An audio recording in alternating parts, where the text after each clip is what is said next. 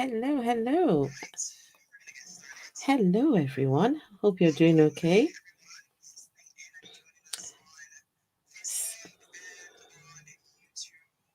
Okay,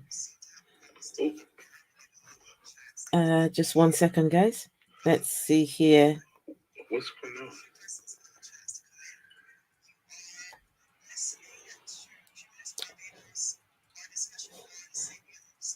Just 1 second, guys. 1 second. Trying to sort something out. All right.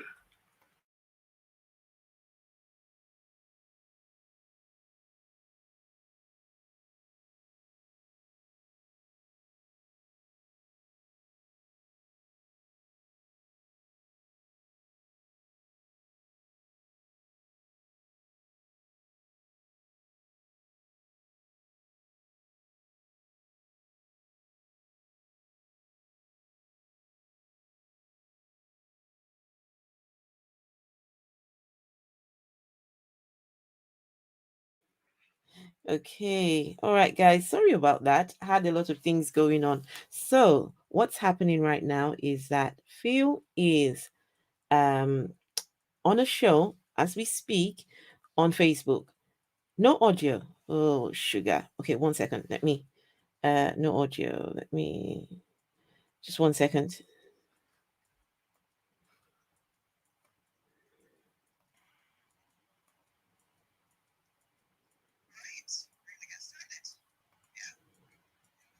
Can you hear me now? Can you hear me now?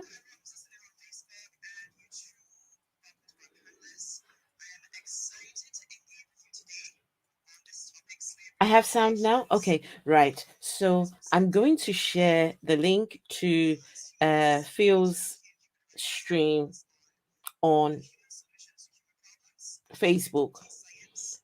And the link to the Facebook page is on this stream. So please sign up to the Barbados Humanist. There is Phil and also Cynthia McDonald. They're going to go live. So Phil wanted this also streamed onto his YouTube page. So off we go.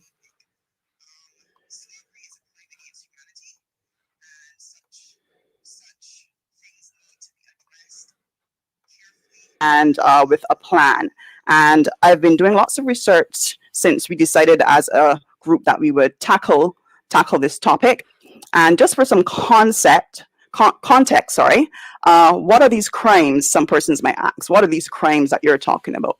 So we're talking about the crimes that would have been executed by European powers. One being that they enslaved Africans and instructed genocide on indigenous communities.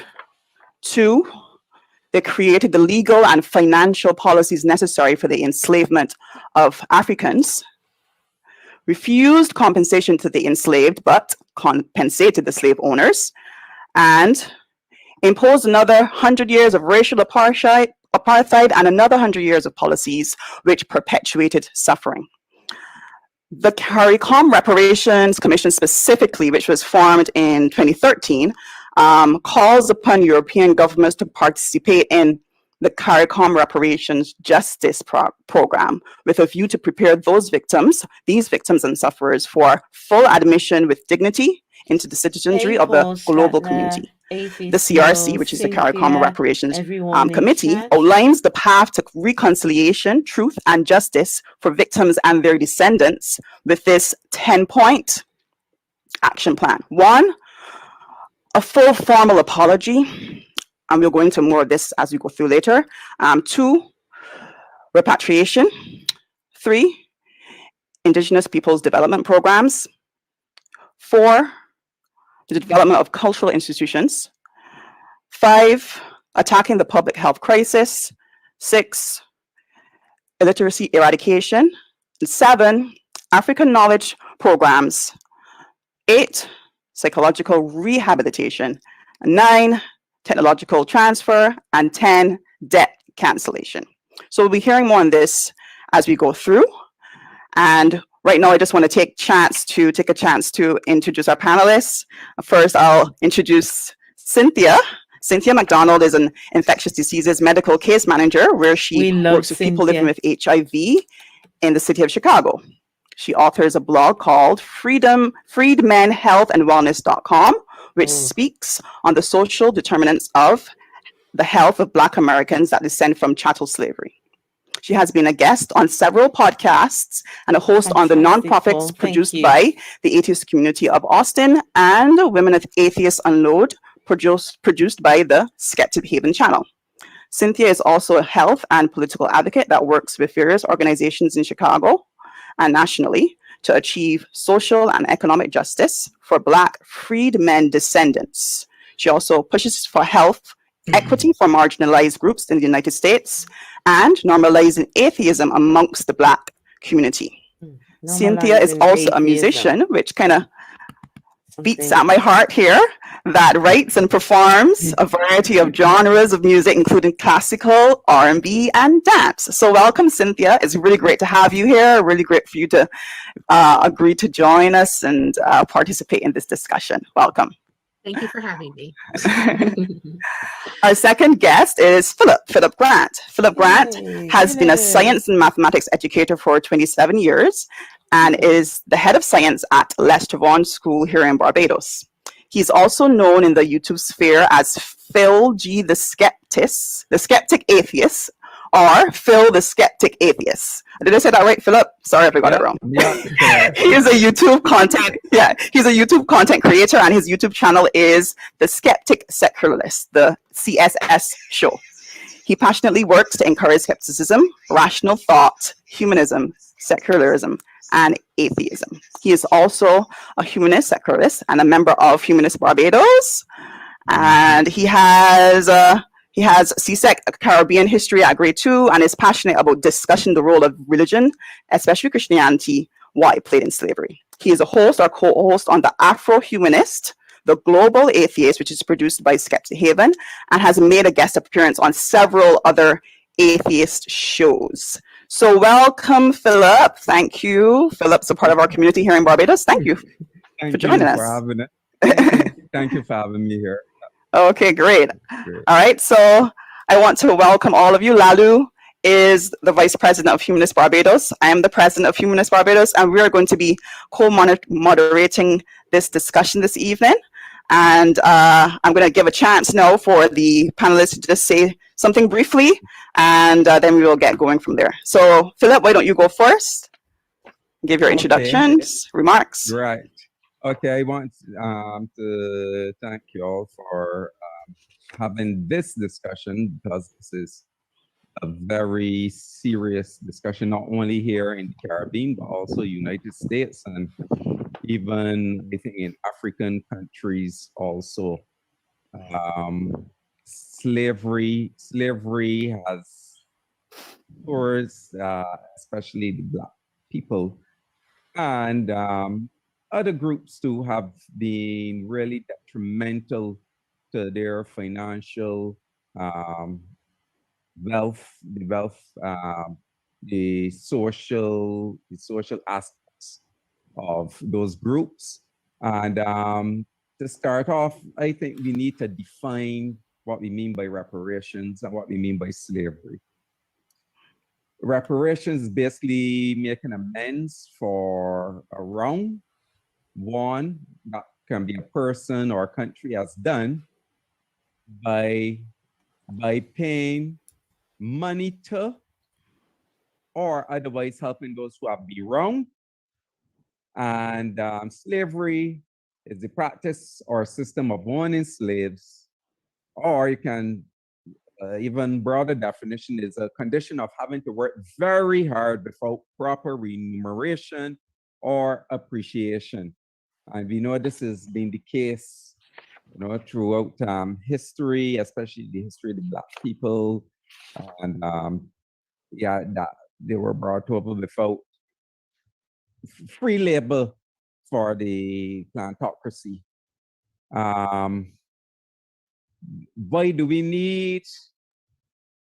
Do you want me to get into that now, or we'll get back into that? We'll turn around to that. Thank you. All right. All right, Cynthia, you can go next. Sure. Hello again, everyone. And again, thank you for the Humanist Barbados Society for inviting me to have this very needed discussion about slavery and reparations and what that means. Whether it is, united, if we're talking about reparations here in the United States, which is an issue that I'm passionately committed to making sure happens, and I work with other various passionate people in organizations here in Chicago. One that I am part of is called the Freedmen Descendants of Chicago. I serve as general secretary, and I'm also a member of the NAASD, which is a national conglomerate of slavery descendants, chattel slavery descendants in the United States, where we are working on a political answer to a 266, 366, 400-year plus debt that the United States owes its descendants and the people who actually built the country. I am also a I'm also a descendant of slavery from the Caribbean. My mother, or my maternal side, is from Jamaica, and I can even trace my lineage through them to some of the slavery upheavalist, Samuel Tacky Sharp, who was an organizer who tried to actually work to organize the slaves in the plantation that he worked at, in order to make to basically unionize them, to actually have proper rights and compensation for the work that they actually were doing. The slave plantation owners refused, and there was a riot, and he died in the riot. I believe that his statue is in Montego Bay to this day. It is said, and I was told that I am a descendant of this person. I'm not quite sure if that is the case, but if I am, I will be vehemently proud to be a descendant of a riotous I'm trying to figure it out to People upheavalist Zulu. who Um, I combated think it's this talking egregious about institution. the Barbados people, So but yeah, hopefully we'll I'm figure it looking out. forward to really getting to this discussion, what it would mean for the Caribbean as far as like reparations is concerned It has versus the United Soren. States, Yeah. why it's owed, and even how we can possibly use our concerted efforts to make sure that reparations becomes a reality for those who have been affected, because slavery, Oh, and by the way, especially like guys, when this we're is a talking about the live transatlantic slave trade, and this is also in live the on institution of slavery Facebook. has been I'm a just pariah streaming this on that my has affected channel Black and people to throughout Fields, this but particular this is portion of the happening right diaspora for now. years. And we even have So this holdovers is a live of in a live. policy If you from get it, like a live reparation, in a I'm sorry, not live. reparations, but slavery, specifically in the United States, How's Jim everyone Crow, doing? and Soren, even People the Sulu, actual who else do we have non-payment in chat? of How are slavery you doing all? descendants throughout the AP Small, diaspora, where how are we are you all still doing? seeking Hope you're doing compensation well. How's for your the work our weekend going? ancestors have put in, Hey, and also the Mrs. Parker, disenfranchisement that this hello. particular institution has wrought upon us. So we definitely need to have that discussion and continue to have that discussion, and make sure that it becomes a reality.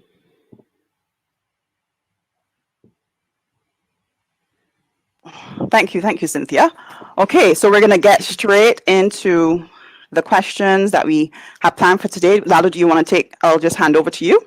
We will start at the top. Phil has started giving a little bit on it, but you can introduce the first question. Greetings, everybody. As Michelle mentioned, my name is Lalu. I'm the Vice President of Humanist International. We have questions that we'll be asking. Humanist Barbados. Humanist Barbados, sorry, like not quite international. Her mic is We're on our loud. way. We're getting there. Yeah, before I start, I just want to comment. We have a person in Barbados who was acting as Prime Minister a while back, a person called Billy Miller. And I attended a public event in which she actually was speaking about slavery in Barbados. And she, and I'm paraphrasing her, this is not a direct literal quote, but she said And I was amazed that she should say it. And she got a huge round of applause. I would have thought she should have got lots of boos for it, but this is what she said. The best slaves were brought to Barbados. Whilst the slaves in the other Caribbean islands were rioting, we were working. We have such a good work ethic. It's amazing, the mindset that some people have. She herself is the descendant of a slave, yeah?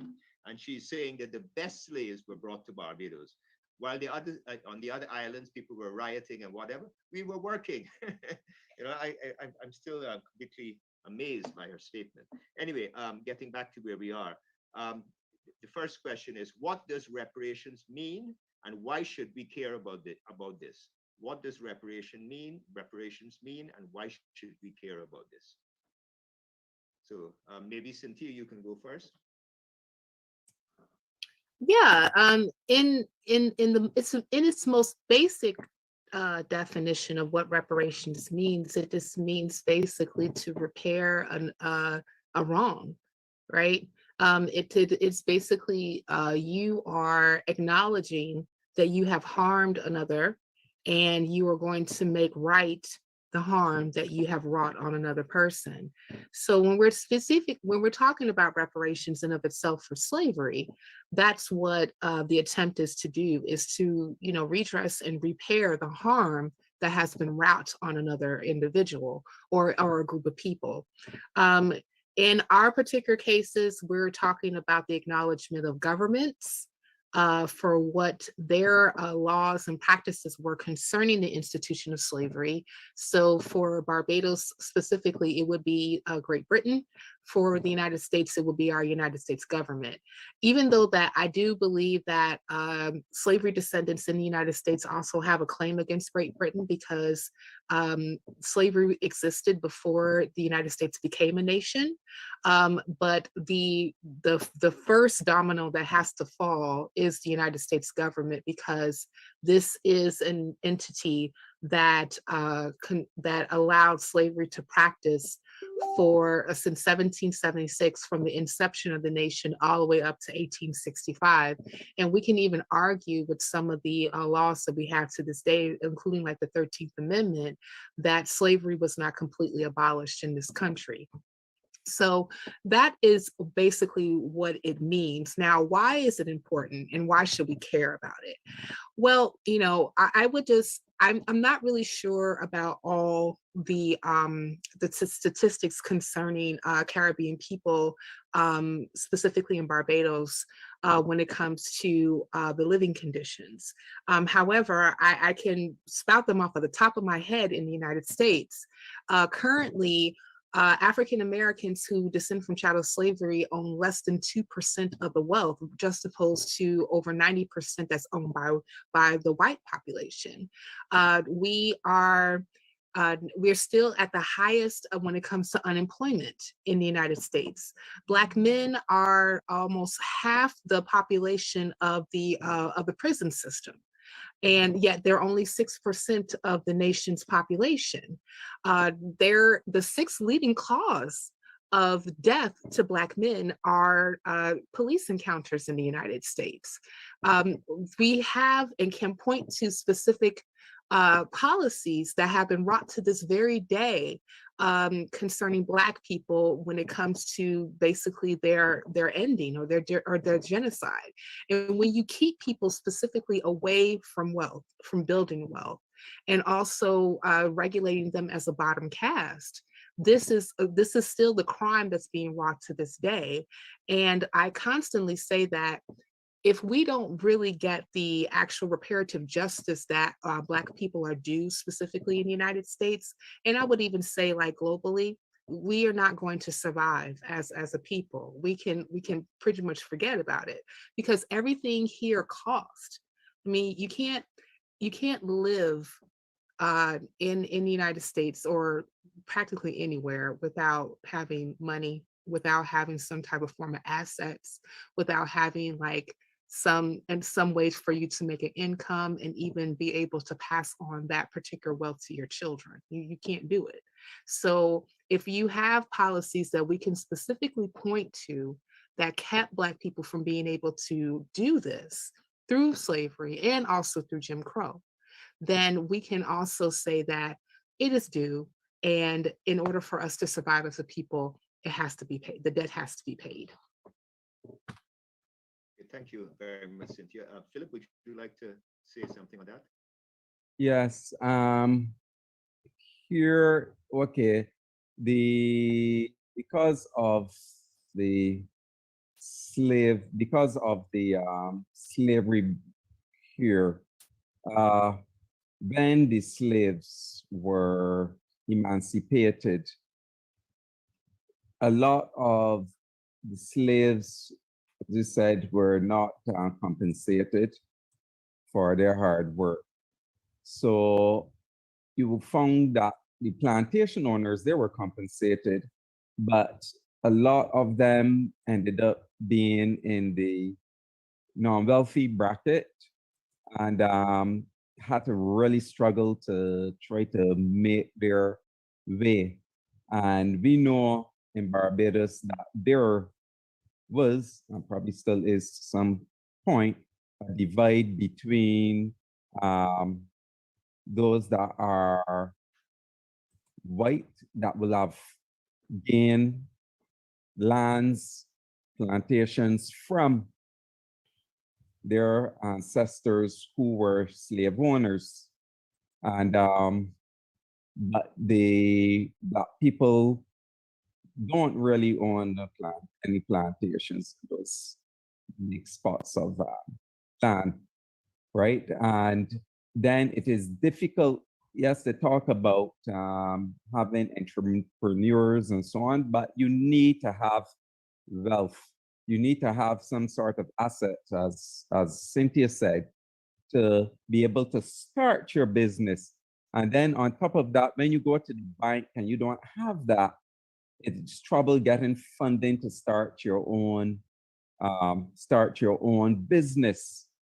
So you find that a lot of people have, or even when you look at our foreparents who came just after the ancestors were freed, they struggled a lot to try to make their way. You had children, some of them have very large families. Some of the children could not be educated as they wanted to be. And I mean, now, because of the vision of Sir Walton Barrow, trying to create a middle class society, putting money into education, we end up having free education. But there are a lot of countries up to a few years ago, Caribbean countries, who don't have the free education, or still does not have the free education that we have here in Barbados, and they have to pay for their books. It is a struggle. Some of them drop out of after leaving primary school. They can't go on to secondary education, etc. So they definitely the slavery issue has had a real negative impact on the Caribbean islands. And one other thing I want to say is Barbados was the society that England used as the model for slave plantations, and shipped that model even to North Carolina, to the Carolinas, right? Barbados model, the model of the plantation with slaves, that was carried over to Carolinas. They learned, and other Caribbean islands learned from Barbados that time. And we had a large slave population. Quite right, Philip. In fact, we even argued it was a form of industrialized slavery. It was so well worked out, according to your making there. It's industrialized slavery. At this point, I'll hand back to Michelle for her to continue now with her next question. Michelle? Okay, so I've had some experiences talking with many persons here in Barbados concerning slavery, and one of the many responses I get from many people would be, just need to move forward. Too much talk about slavery. Too much talk about slavery. It's time to stop talking about it. Just let go of the past. Move forward. Do what you can with what you have, and be thankful. Be thankful and move on. So I want to say, isn't it time we stop talking about slavery? What do you respond to that, Cynthia first? The short answer is no. No, no. We can't stop talking about a topic that has not been addressed at a proper level. It hasn't. If we're still experiencing all the ills that slavery has wrought against Black people, and we have governments that are committed to actually making sure those ills have been repaired, then no, we can't stop talking about it. We talk a lot specifically in the United States about the racial wealth gap. I alluded to it earlier. And, it's crazy how, and I even told this to my partner, I said, slavery was horrible, right? But it's actually the 100 years of, like what you said, apartheid or Jim Crow that really did us as a people in. I think specifically of redlining. I don't know if you all are familiar with the term redlining, but for our audience who is not familiar with redlining, here in the United States, this is a government policy where they allowed the banks to draw red lines around certain areas of different municipalities, townships, villages, etc., where they would not invest, they would not give loans, they would not contract or anything like that. And these happen to be in townships where it's predominantly African American. So we still have to this day communities that are like distinctly different from those who happen to be communities that are predominantly white versus non-white, specifically African American. So these are policies that's just one. I can name a few, but that's just one policy that really did Black people in order for them not to be able to garner wealth. And I was even watching a documentary the other night because I did a panel at the Women of Color Beyond Belief conference. And in the evening time, they were doing a documentary specifically on Mexican Americans who immigrated to the United States, specifically in the area that I live in, around the late 19 teens or early 1920s. And you had a significant population of Mexican men who were able to go into the army. They served in World War II, they served in the Korean War, and they even served in the Vietnam War. And a lot of them were able to get GI Bills. GI Bills is basically a promise from the government that says, like, hey, if you serve in various armed services in the United States, then there's certain things that we'll do for you. We'll go ahead and let you be able to purchase a house with no money down. We'll pay for your college. You can even use that money to even start a business if you want. And I remember one of the veterans actually saying that, oh yeah, like I used the GI Bill and I bought 3 houses. Well, that same policy was actually doled out by the states. Even though it was a federal policy, that policy was basically controlled by, like, let's say for instance, like the state that I'm in is Illinois versus Mississippi, et cetera, et cetera. And a lot of the Black GIs who were coming back from World War II and on were not able to get the GI Bill in order for them to use that particular nest egg to like purchasing a house, just opposed to their other white counterparts. And even though, like, some people may argue, well, like Hispanics are not necessarily, they're a different race, but Hispanics that's not a race, that's an ethnicity. So you have like Hispanics that actually who would actually identify on paperwork as white. So because, and even though that, you have a good amount of them that doesn't necessarily want to, but the way that the demographics actually work here in the United States, like sometimes you just don't have a choice. So if you're able to actually, settle in some type of guise under white, then there's going to be certain, certain things that's going to be afforded to you then versus not being white, right?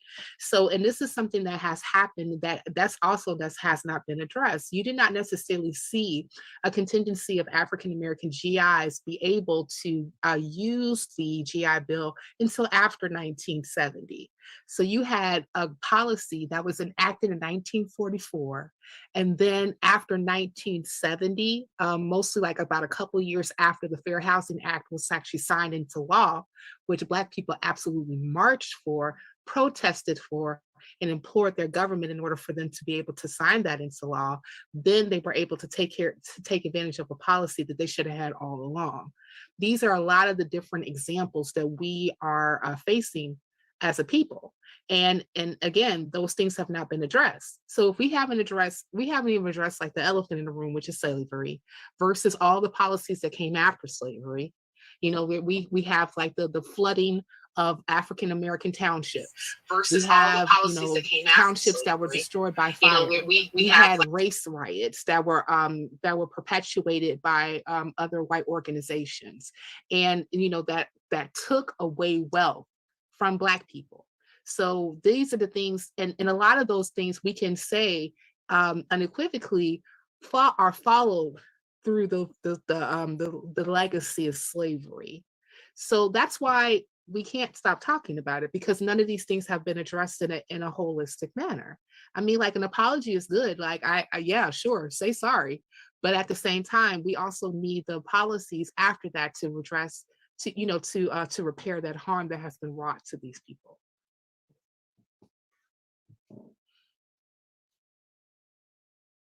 Yes, thank you, Cynthia.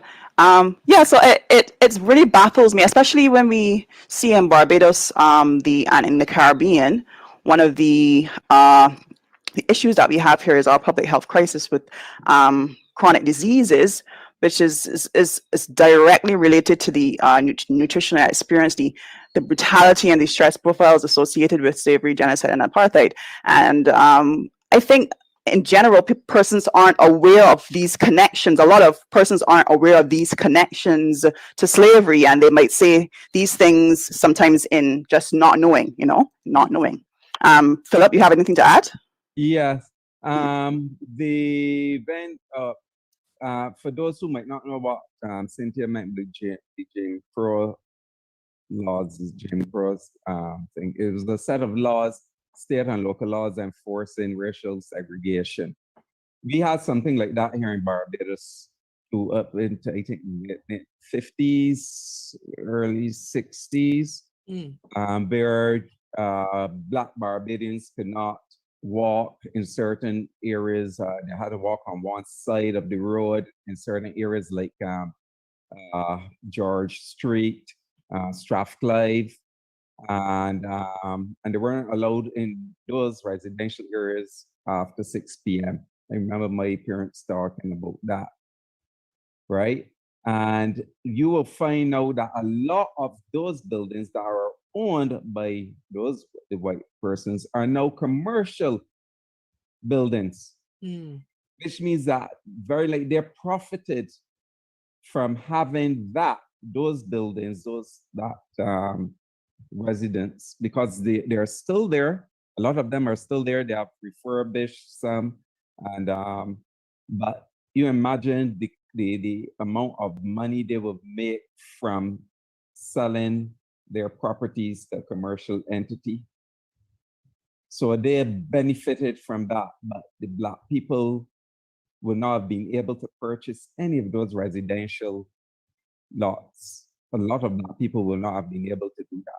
Yeah, imagine working on land for over your descendants and your descendants, and working on land for 400 years, and then you have no claim to it. You have none whatsoever, and you're just starting from scratch, from nothing.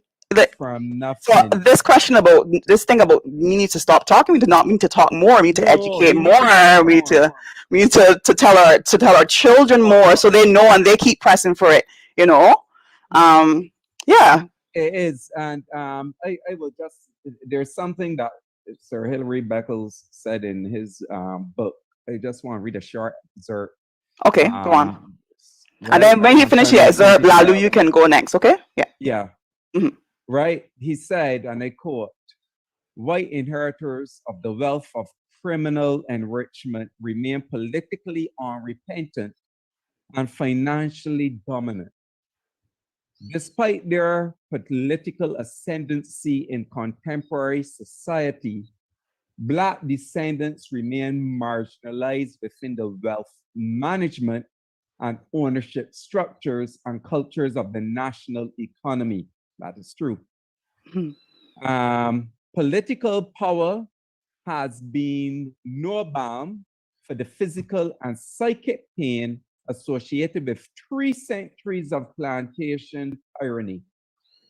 Passions from the past continue to shape social understandings of the present. The discontent brews beneath the social surface. It boils and spews periodically in the form of popular protests, but quickly evaporates. Billy Miller? Mhm.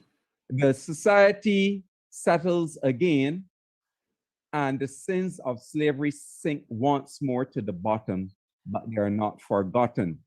Mhm. Some wish to forgive, but none to forget. To litigate, it is said, is to promote hate.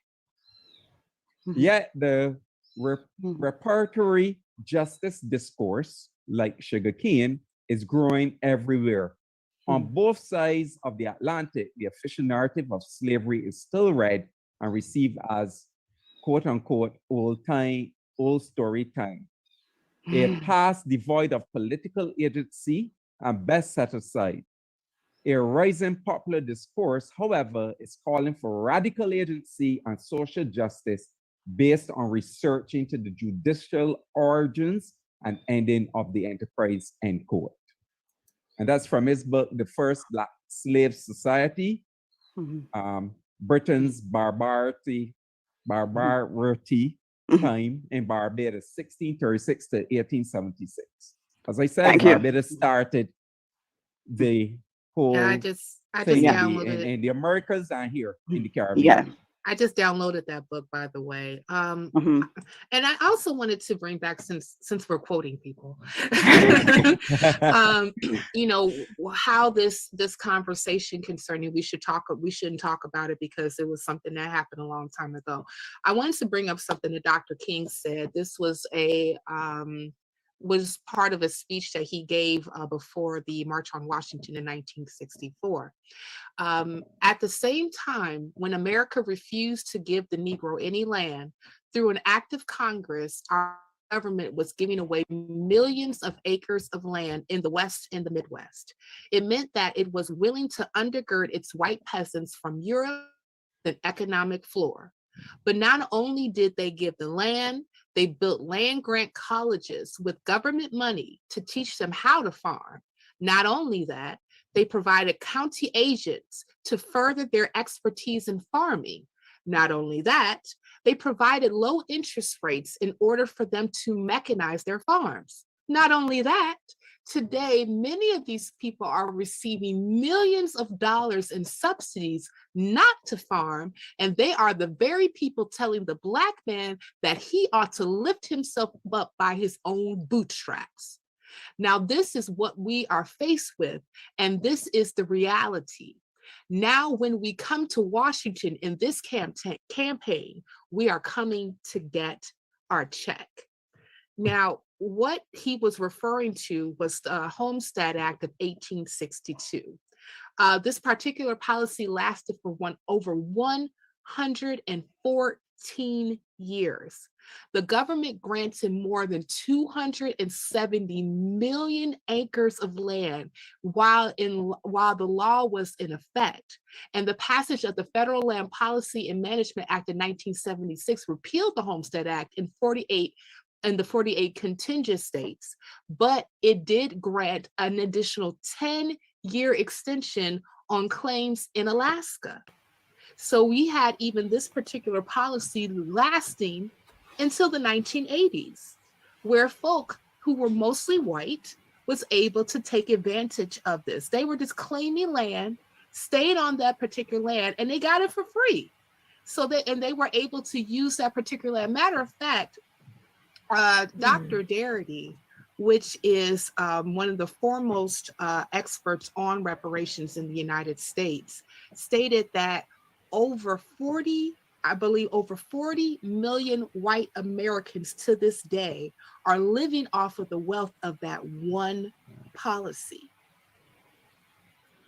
So how are we going to say specifically that, oh, this happened a long time ago, we shouldn't talk about it, when on the opposite side, while slavery was still in operation, white people were getting grants specifically from the government in order for them to build their wealth and pass it on to their descendants that they are still utilizing to this day. This is not something that happened with Black people. Matter of fact, that particular Homestead Act, about 6,000 Black families were able to take advantage of the policy, but most of them lost their land through land theft, lynchings, and the like. And enforcement of previous policies like the Oregon Land Donation Act of 1850 barred Black citizens from owning land and real estate. And in 1866, shortly after the end of the Civil War, the Southern Homestead Act was supposed to function much like that original act.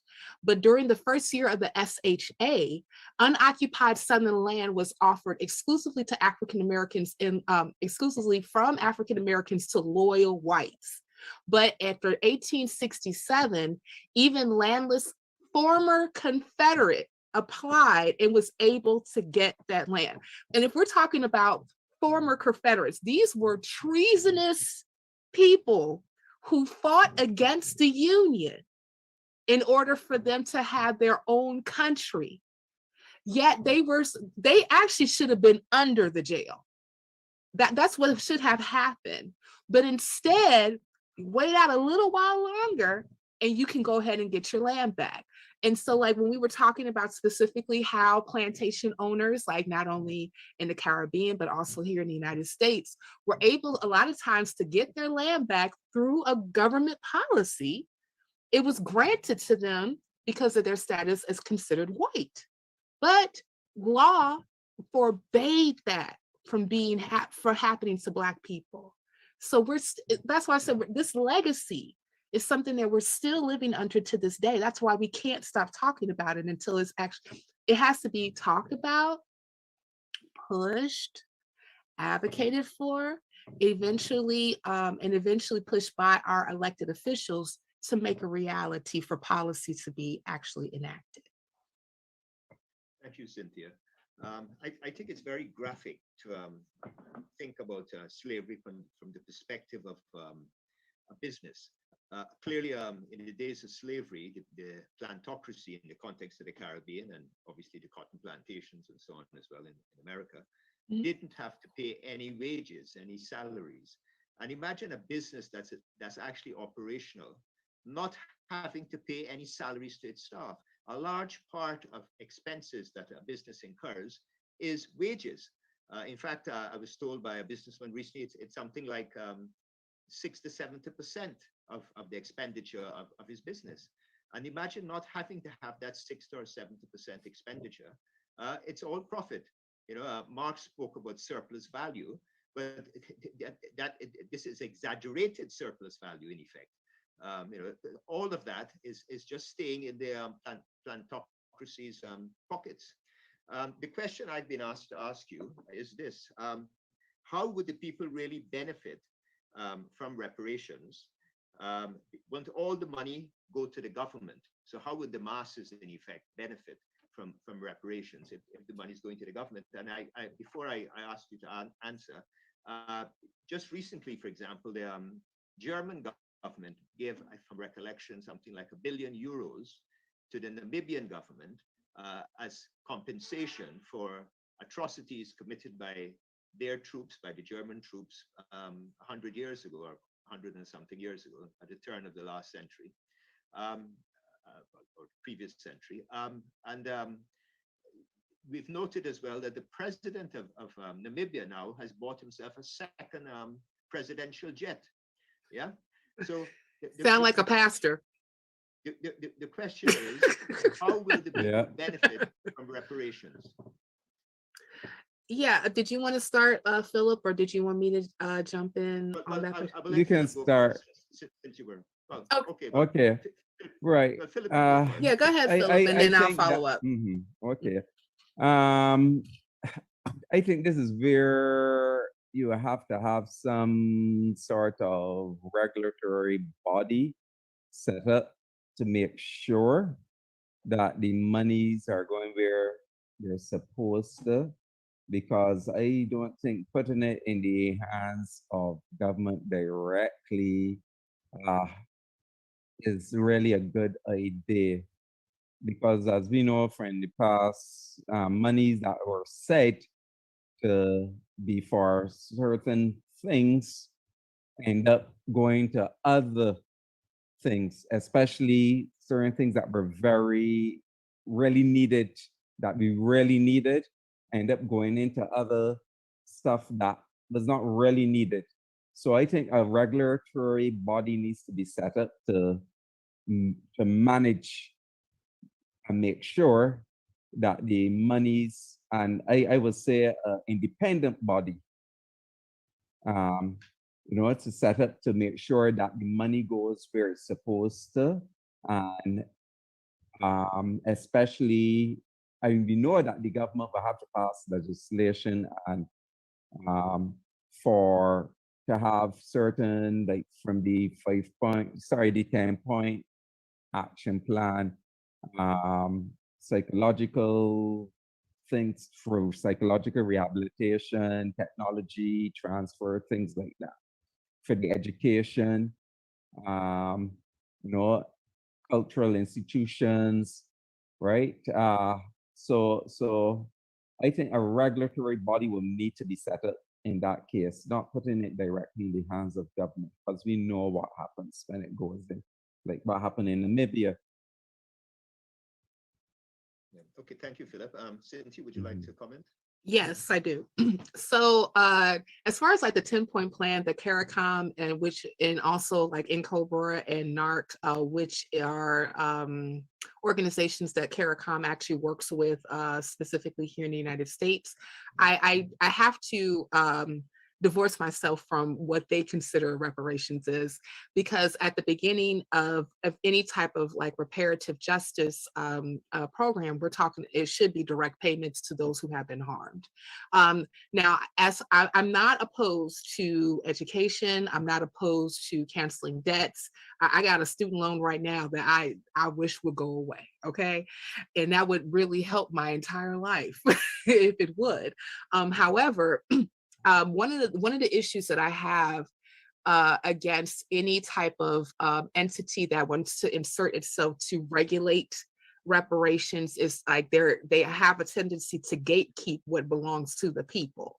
So I know here in the United States, the U.S. Treasury is actually responsible for paying out different legislations when it comes to who has been harmed. I think specifically of a case that was wrought where the French government paid out so much money to the United States, specifically to Jewish Holocaust victims that were living in the United States. Those, even though like France, gave the money per se or paid the money per se, but the money was specifically set up through the Treasury, through people who made their claim, and it went directly to the people. So as far as like a regulatory body is concerned, I know one of the things that we are pushing through the NAASD, which is the National Association of American Slave Descendants, is to reset up the Freedmen's Bureau. The Freedmen's Bureau was a government regulatory body that operated right after slavery for, I want to say, less than 7 years.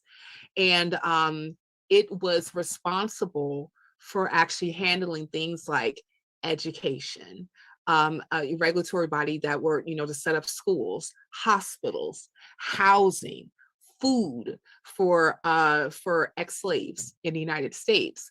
We wanted to revamp that particular bureau, which can totally handle as far as like any type of reparative justice program that goes into effect for those who are still living under the legacy of slavery descendants from the United States.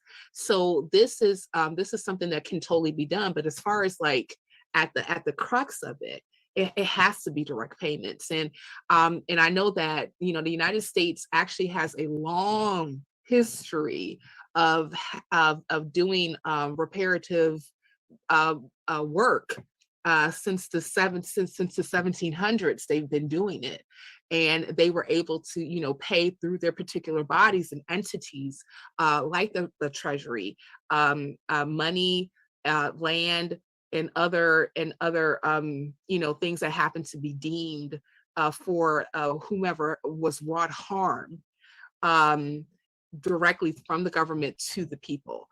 As long as legislation exists that the language shows that this is something that has to happen, then that's what's going to happen. That way we don't have to worry about things like a president buying like another jet. Like, that's why I say, when you said the president of Namibia ended up buying like another private jet, I said, yeah, that sounds like, some pastors that I know said, these are preaching machines. I need to go ahead and get me another jet, right? God said. But, at the end of the day, we want to make sure that if the language is right in legislation, then we can make sure that those particular things go directly to the people instead of being hung up just by government entities. But just following up on that, you said to go directly to the people. How would you actually find the people who would be receiving it? I mean, there's so many. There's lots of intermarriage over the years, and what constitutes a descendant? What percentage of a person's DNA would have to be of African descent in order to qualify?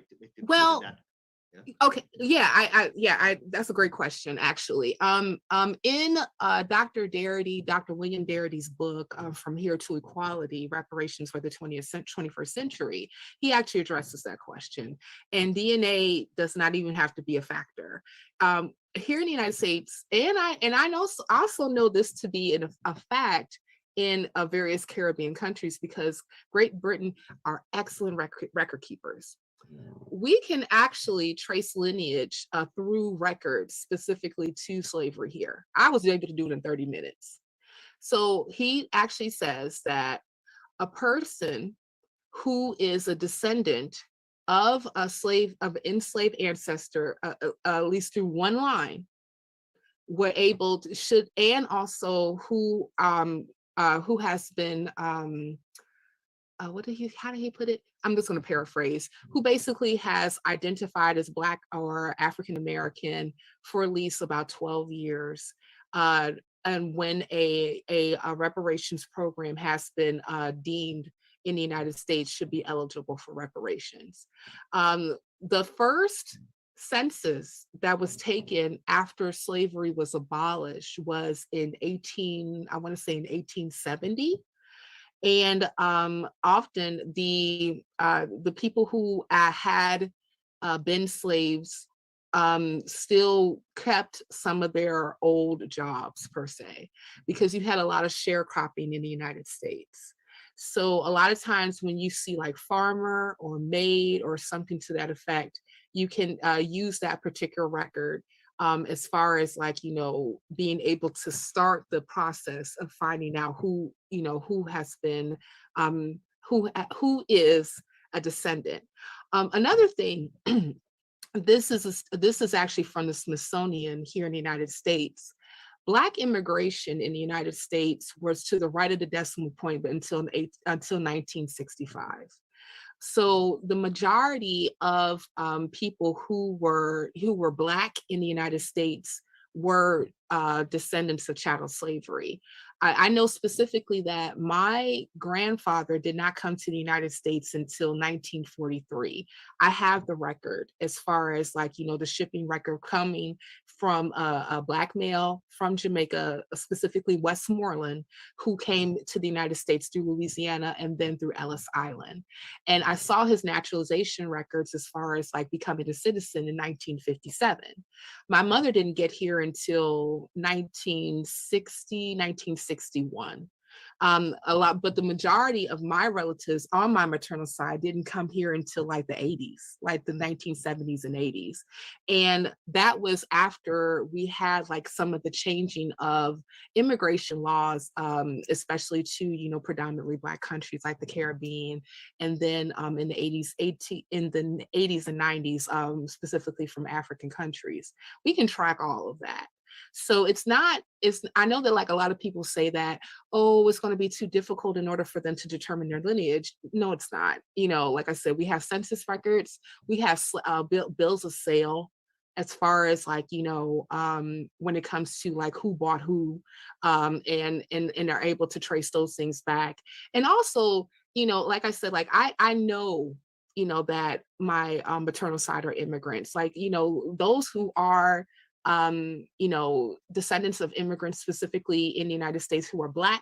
We know where we come from. We know who our people are. We know that, because this information is very much so available, can be looked up, and also it can be corroborated by who our parents are.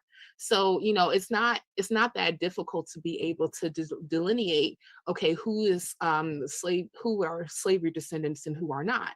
And, another thing too is like again, like I said, I'm not as aware specifically of like all the record keeping, specifically like, in Barbados or the Caribbean. But, according to, from what I have found out, even talking to family members, like I said, Great Britain and the British system of record keeping was excellent.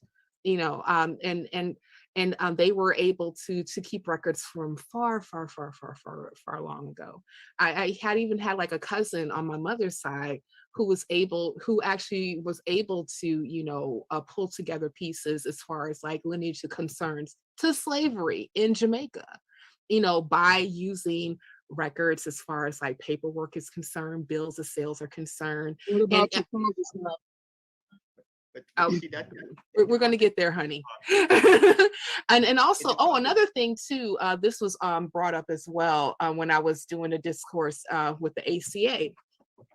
Specifically in the United States, a lot of African Americans use their family Bibles as records, so they were able to actually write in who married who, who's parent to who, where they lived, where they came from, things of that nature. Matter of fact, I have a client who was telling me, yeah, I have like a couple of family Bibles that actually went through this whole particular list of like who all my parents are from, where they came from in the South, where they lived, all this other stuff, so there's like a lot of different records that can corroborate one person actually coming from that institution of slavery in the United States. So, and it's not something that is a big concerning point, even though like a lot of people try to make it, as one. It's, yeah. Okay, at this point, I'll hand back to Michelle. Then Michelle will. Thanks. Thanks, Cynthia. Philip, I'm going to ask you the question first. Why should European countries take any notice of the claim for reparations? I've seen here, based on what's happening here in CARICOM, that response is null, void, no apology, maybe regrets, and there's been lots of meetings, lots of events, lots of hearings, lots of talking, lots of more talking, but luncheon, whole lot of luncheons. So much that the majority of persons who we talk to here in terms of when we were doing this event, they were like, oh, are we still talking about this? Reparations will never be paid. Just move on, people.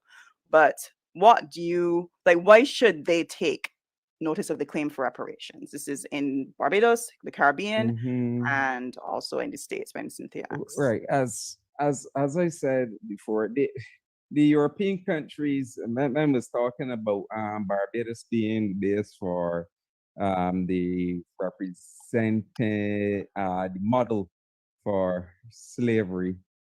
Remember, it was Great Britain. Barbados is a British island, and there are a lot of other British Caribbean islands, and of course, European base. Then the Europeans, uh, France. There's still Guadeloupe. Guadeloupe, Martinique. A lot of those. There's Curacao. The Europeans were here. They brought people to work. They brought slaves here. Well, they And brought Africans and made them slaves, African right? slaves, especially Africans and but they made were them also, slaves. but also I found that they also brought Irish slaves during the, I think it was the Civil War in England.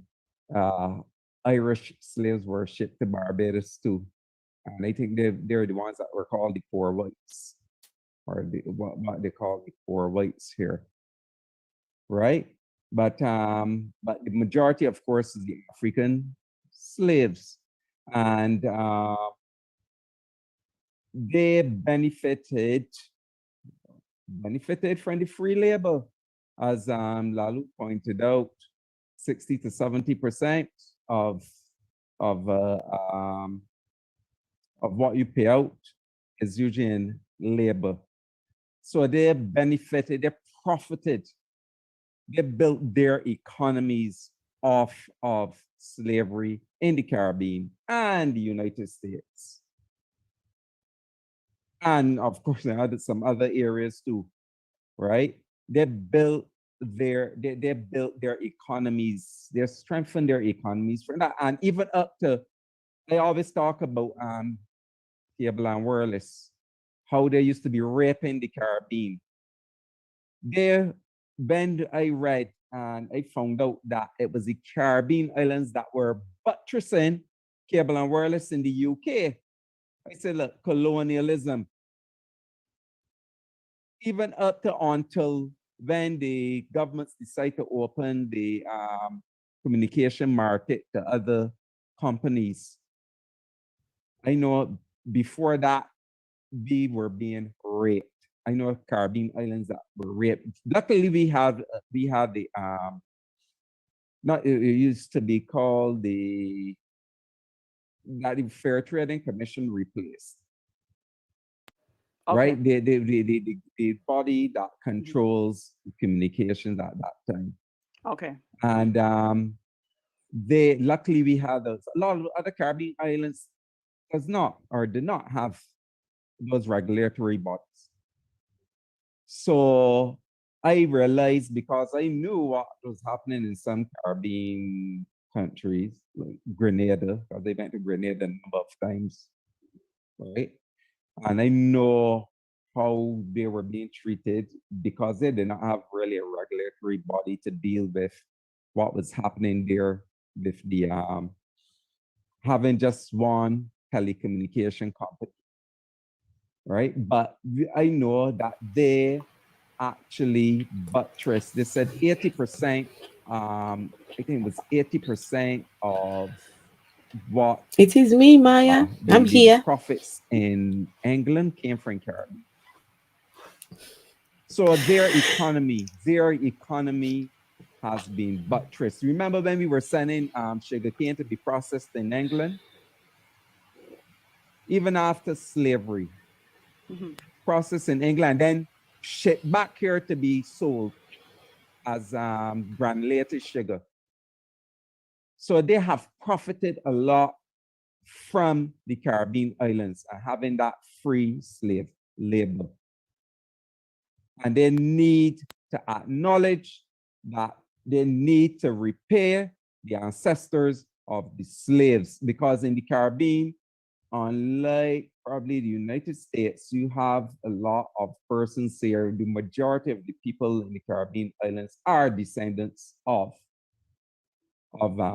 slaves. Okay, Phil, I can pause you So there. yeah, I can pause you there.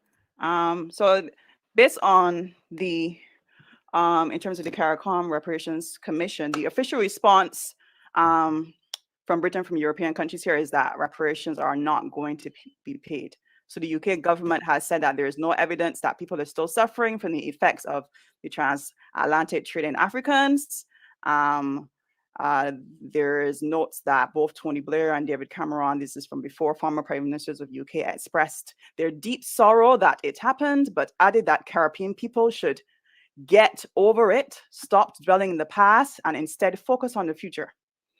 The president of France admitted responsibility for the tragedy that was the slave trade, but all he did was establish May 10th as a national day to honor those who suffered from enslavement. So we have national days, we have notes about getting over it, but and we have an official response which has said up to now that reparations are not going to be paid.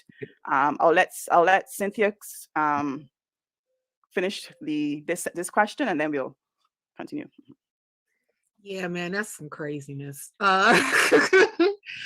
It's interesting to me how, the actual ones that benefited from this institution would tell the ones who have been harmed, or the descendants of the that have been harmed by the institution, that they're not owed, and that they're not still dealing with the legacy of slavery to this very day.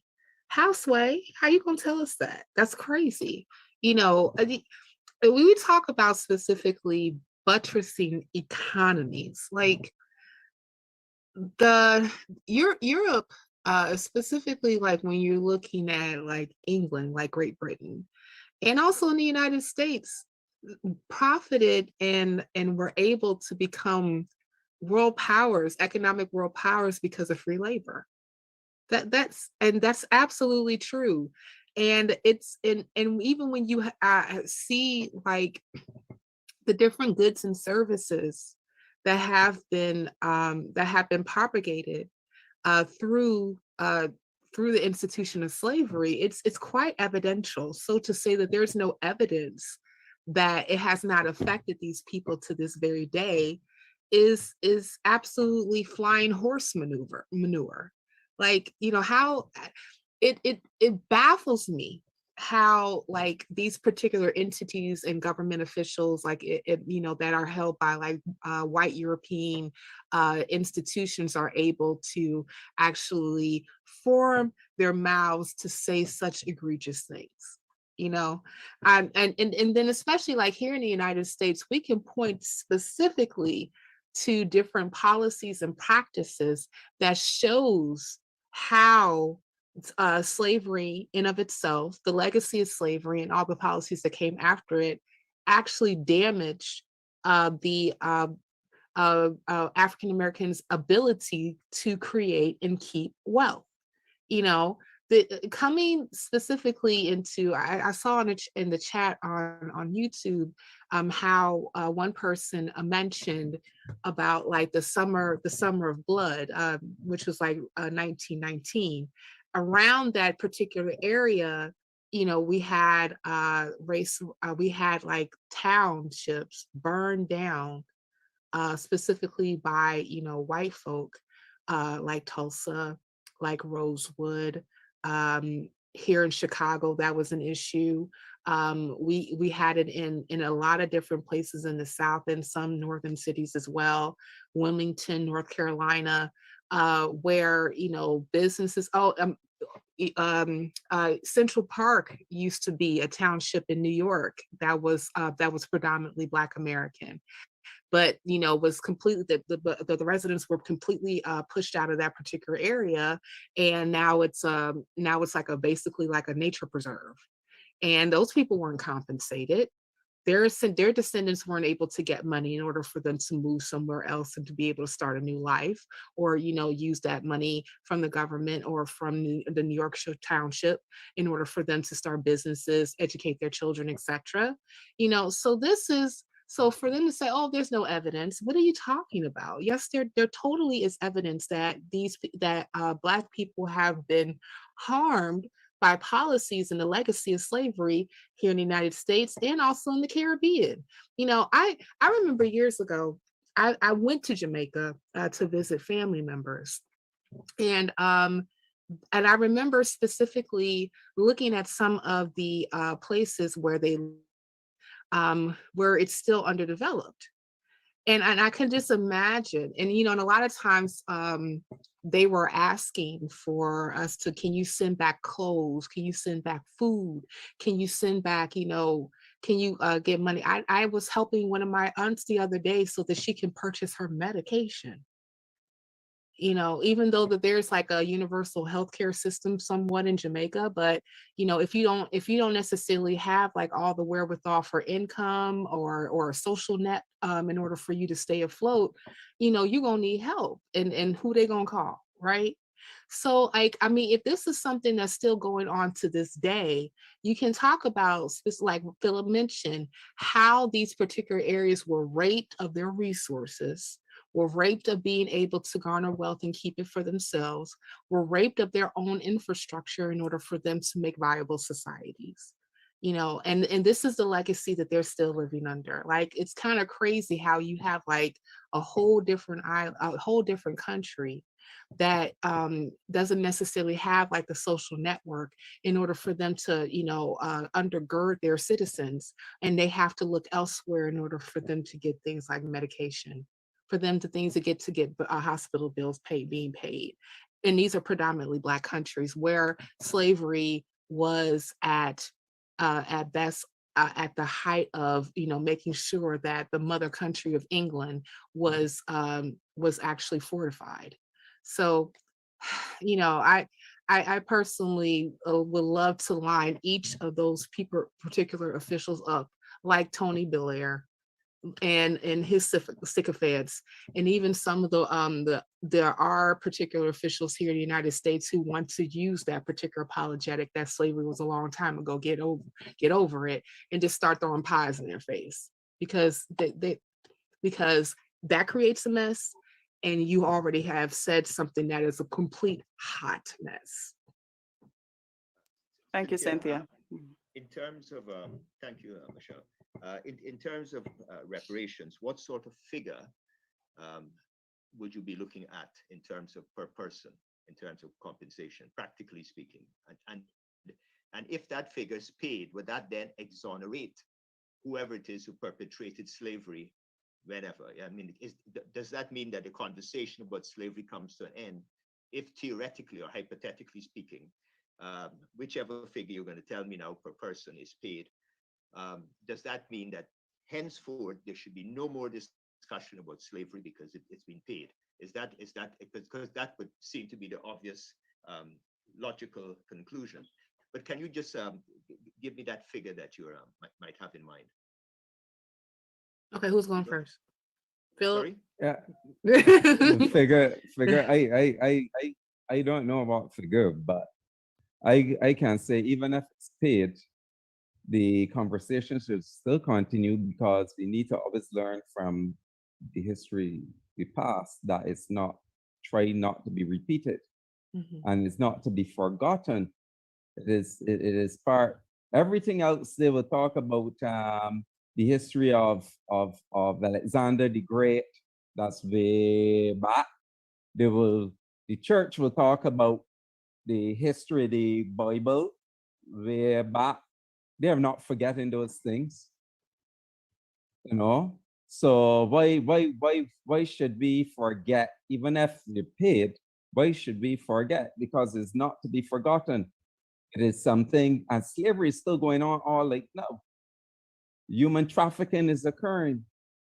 So it is, we have to still look at the historical aspect to see, to learn from that, not to be repeated and to keep people, reminding people that human beings enslave other human beings, and they still continue to do it, and we have to, it's a continual fight.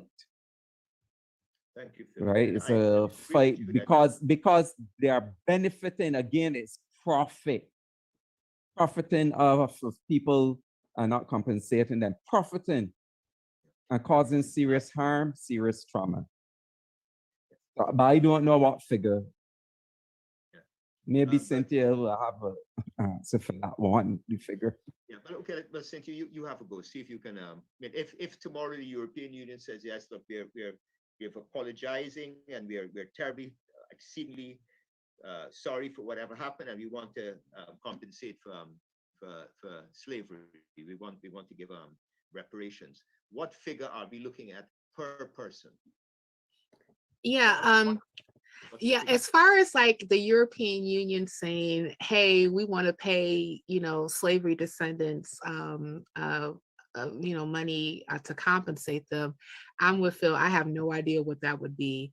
I know that there's a lot more like smarter economists than I who can, come up with a figure that actually makes sense. I know specifically here in the United States, we oftentimes discuss the racial wealth gap. So like going back to Dr. Darity in his book, he talks about, starting at least 12 to 14 trillion dollars as to start with actually addressing as slavery reparations. Now, is that per person? No. He discusses usually like between 800 to 900,000 per family, Black descendant family, which is like, on average a family of 4, and paying over at least about a 10-year mark. So I mean, like, I'm not sure if that is going to, address all the ills. I don't necessarily think that just like, okay, we're just going to give you money over a certain time period and then you should be good, will ever make anybody good, right? Because we're talking about a series of atrocities because of this institution that has been wrought against the people. So one of the things that we definitely have to continuously do, and is to make sure that this history is being taught and being continuously discussed. So like Phil was talking about, we're not repeating. I think of like the Jewish Holocaust victims, even though they have like, there's been several plans from several different European countries that are paying victims, the victims and their descendants to this day. They have a motto that says never forget, which comes with their museums, what comes with curriculums, and geez, ask Yeezy, let you say something anti-Semitic here, especially here in the United States, you gonna feel the burn of it. You know what I'm saying? So this is because like they're saying like, no, like this particular this particular talk, this particular rhetoric, etc., can be harmful, and it can be something that like sets into motion particular patterns that can be harmful to us. Like I think specifically about Jewish people, there, the Holocaust was not the only time in their history where they experience harm because they've been blamed for something.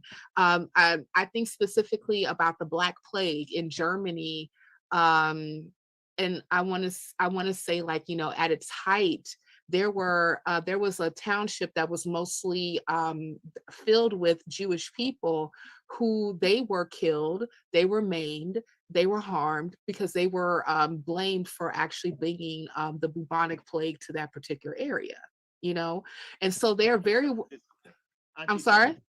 Anti-Semitism. Yeah, anti-Semites, right? So they're quite familiar with how anti-Semitism in itself can be something that can be wrought in action by individuals and government entities that will cause them harm and damage. We can say the same thing specifically for Black folk. Like when we have like anti-Blackness speech, when we have anti-Blackness policy, when we have anti-Blackness sentiment, which is an outlier from slavery in of itself, that can still be a perpetuator of harm to us as a group of people.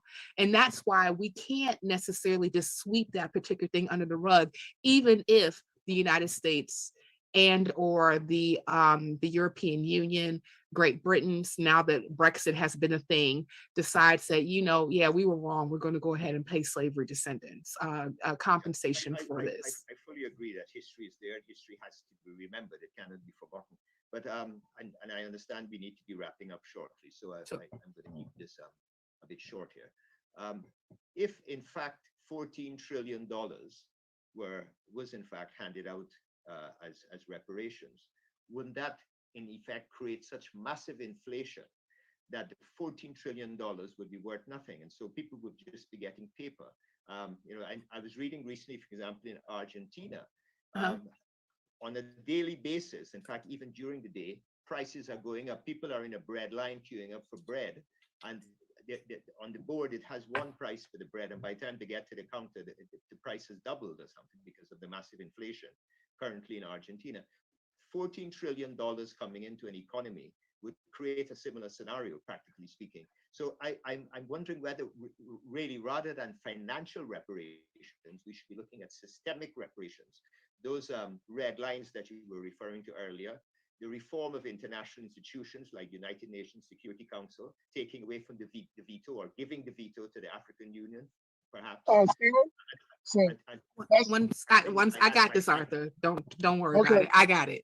Go ahead. Go ahead, Lalu. Yeah. So because it sounds exciting. It sounds wonderful to get $14 trillion, but from an economic point of view, $14 trillion coming into an economy will create such massive inflation that the $14 trillion will probably only be worth $2 million, in no time at all, because the money will be devalued. Okay. So I would have thought institutional change is probably a better route to go in terms of but I think Michelle has a final question she wants to ask. So I'll just let Michelle.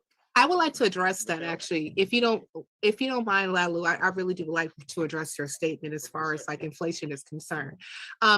So Dr. Darity, and again in his book, is an economist. So one of the things that he was addressing specifically is a terminology called modern monetary. Gosh, I wish I knew the whole thing. Regardless of that, this is why the $14 trillion is not just it's not just money that is being to Black people who are the slavery descendants. We're talking about different programs plus and also direct payments, and these are going to be systemic changes like you mentioned, and also direct payments that's going to happen over a series of time. It's not just going to be just like a one-time deal where we're just interjecting $14 trillion in the economy in of itself directly to these people. Okay, so and the reason why he mentioned making sure that we are doing this over a time period is to combat the issue of inflation. But one thing that I do like to make to actually state that here in the United States, when we had when we were dealing with the pandemic, the government cut a check for like $2.2 trillion in less than a week. And we didn't have like massive inflation that happened at that particular time period until much, much later. But we can, you look at other contributing factors that actually came from that. So it's not like it's something that we can't control for as far as like inflation is concerned. We can just make sure that it is actually controlled as far as like how this particular money is being doled out at that time, so that we don't necessarily have to worry about inflation being such an issue going forward. Okay, just to wind up, and there's some questions that people have asked as well in the chat. Speaking now as atheists, yourself, Cynthia and Philip, how has religion and faith, if at all, helped the reparations cause? So now you're wearing an atheist hat, both of you. Philip, would you like to go first? How has religion and faith help the reparations cause, if at all? Philip? Okay. Um, I think that for the most part he has not, and depends because when you really look at it, part like the established church, let's say in Caribbean, they were part of the slavery. The Miami plantation owners, a lot of them belonged to the established church at the time. And the church played a major role, the established church especially played a major role, and even some of the other churches, people within the churches.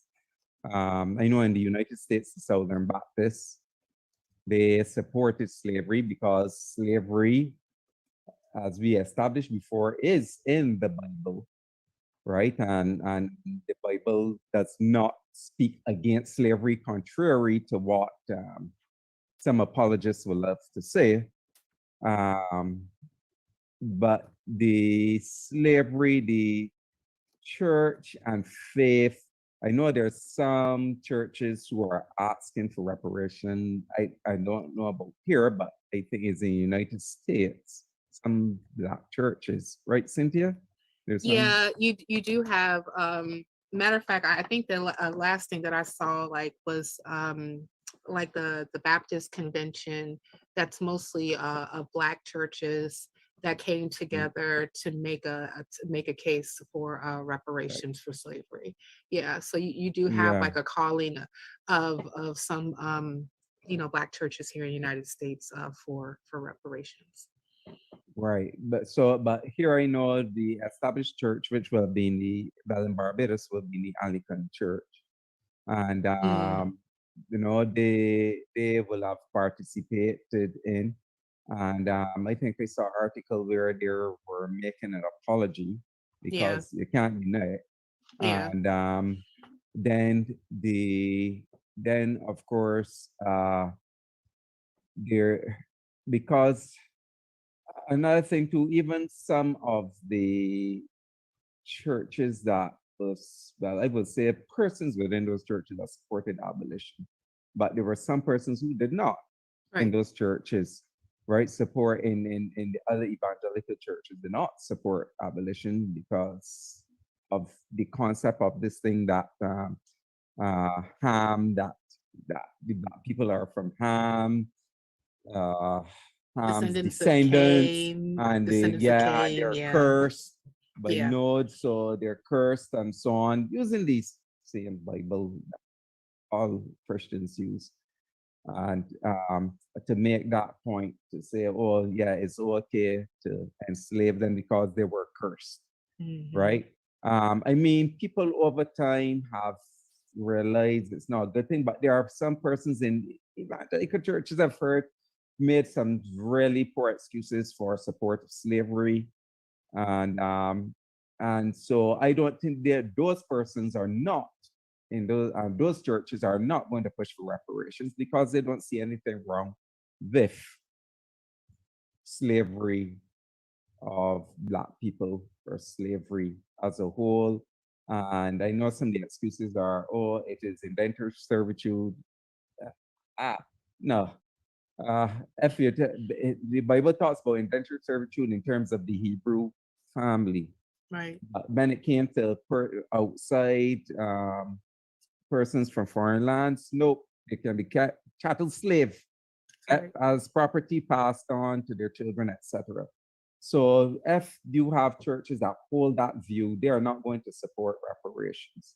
And then because of the tickler situation, I don't know if some are going to actually push for it, as but there are some who said yes, they are trying to push for it, but I don't know about here, in the United States. Okay, thanks, Phil. Cynthia? Yeah, actually, like I talked specifically about this in a couple of addresses that I made at the Better conference in Fort Wayne, Indiana, and also last year at the Women of Color Beyond Belief conference. You know, one of the things that I mentioned that Black Americans specifically are at the bottom of every socio and economic uh, s- statistic, except for one, our God belief. So I don't understand how we can make a case for faith and religion to be a saving grace, especially in this particular area, when it has never been our saving grace. You know, I would even think like I know that you all went out to talk to people and asked folk like, you know, where was God during slavery? And Hmm. if God was so against slavery, how come it does not say so in the Bible?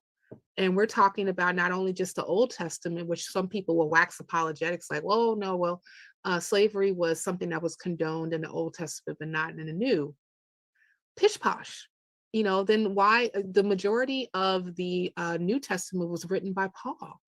And he said in Ephesians and Colossians for slaves to obey their masters as it is Right. fit in the Lord. You know, this is the Bible. I was telling you all earlier how I got into a whole discourse on Facebook when I mentioned that it is never okay for one human being to own another human being as property. And a Christian apologist tried to come at me and say that, you know, well, the definition of owning property is blah, blah, blah. But, you know, some atheists don't get the etymology of what the context in the Greek, in the Hebrew, and the Aramaic when it comes to what is a slave, and then rounded it all about to say that slavery was a voluntary institution. I'm like, no, it wasn't. You know, if you're talking about, as Philip mentioned, that in the Hebrew sense, and this is actually for Hebrew men, that they can actually dole themselves out to pay off a debt and be indentured to whoever who owns that debt for a certain amount of time period, and then he's free to go. And in the year of Jubilee, they were able to actually cancel debts. But if you were a woman or, you know, a child, that was not the case for you. And if you were from a different nation, you can purchase slaves and you can hold them in perpetuity, and you can also bequeath them to your descendants, your children. It says so specifically in the Bible. I don't know what type of mental contortions a person would have to go to in order for them to actually say that. Well, you have to look at the context of it. And if you look at the etymology of this particular word when it comes to this, and et cetera, that's BS. This is a book that absolutely condones slavery. It was used by different entities, like especially the church, in order for them to justify slavery. And to say that, like, you know, we can use our faith and how we our relationship with God to keep to liberate us is absolutely bananas. So I'm nah. I'm, I'm from Guyana. The Anglican Church there actually had its own slave plantations in Guyana, but directly. So it wasn't an indirect thing where somebody's an Anglican who has enslaved people. The church itself, purely for profit, had its own slave plantations. Right. And we Um, Uh, even have papal bulls from the Pope that gave his blessing for the transatlantic slave trade. And also we have institutions that were owned by the Catholic Church where they profited and owned slaves. but And we should here in the United States and also in other parts of the Western Hemisphere. but So we shouldn't only be talking about the Bible, the Quran as well, which is that's correct. Abrahamic. That yep. is And correct. Abrahamic, we forget that in fact, even before the transatlantic slave trade, there was Arab slave trading, That's right. Oh, places like yes. That's right. Zanzibar and so on. That in Right. fact, Hmm. not only enslaving African people, but also turning them into eunuchs and so on. So That's actually, correct. What was in physically Codrington? restricting. wasn't Codrington College, the guy Codrington, he owned slaves too? That I think he donated the lands to the church, Yeah, Codrington College. yeah. I think originally it was a plantation. Right, and If I'm correct. owned by Codrington, but he donated that to the church, and then Yes, he it's a owned seminary slaves. now. It's a seminary Right, facilities it's a benefit. seminary, but then he donated to them. Yes, it is. It's now run by the Anglican Right, Church. but I meant then he Seminary. donated, and I was believe so. he Yeah, a slave owner too? I believe that is correct. Yeah, that is correct. Yeah. But Michelle, I'd let you wrap up, and also I noticed there's some questions in the chat. I don't know if you want to take those or, but Yeah. I'll hand over to you and let you do the wrapping up. Yes, I think we were able to cover quite a lot in the hour and a half. There were some questions earlier up, and we started to talk about some. We started to answer some of them already. Like earlier on, I had Darlene Field in the Zoom chat asking, "How do you address the statement that reparations can be considered funding in the form of scholarships and grants, etc.?"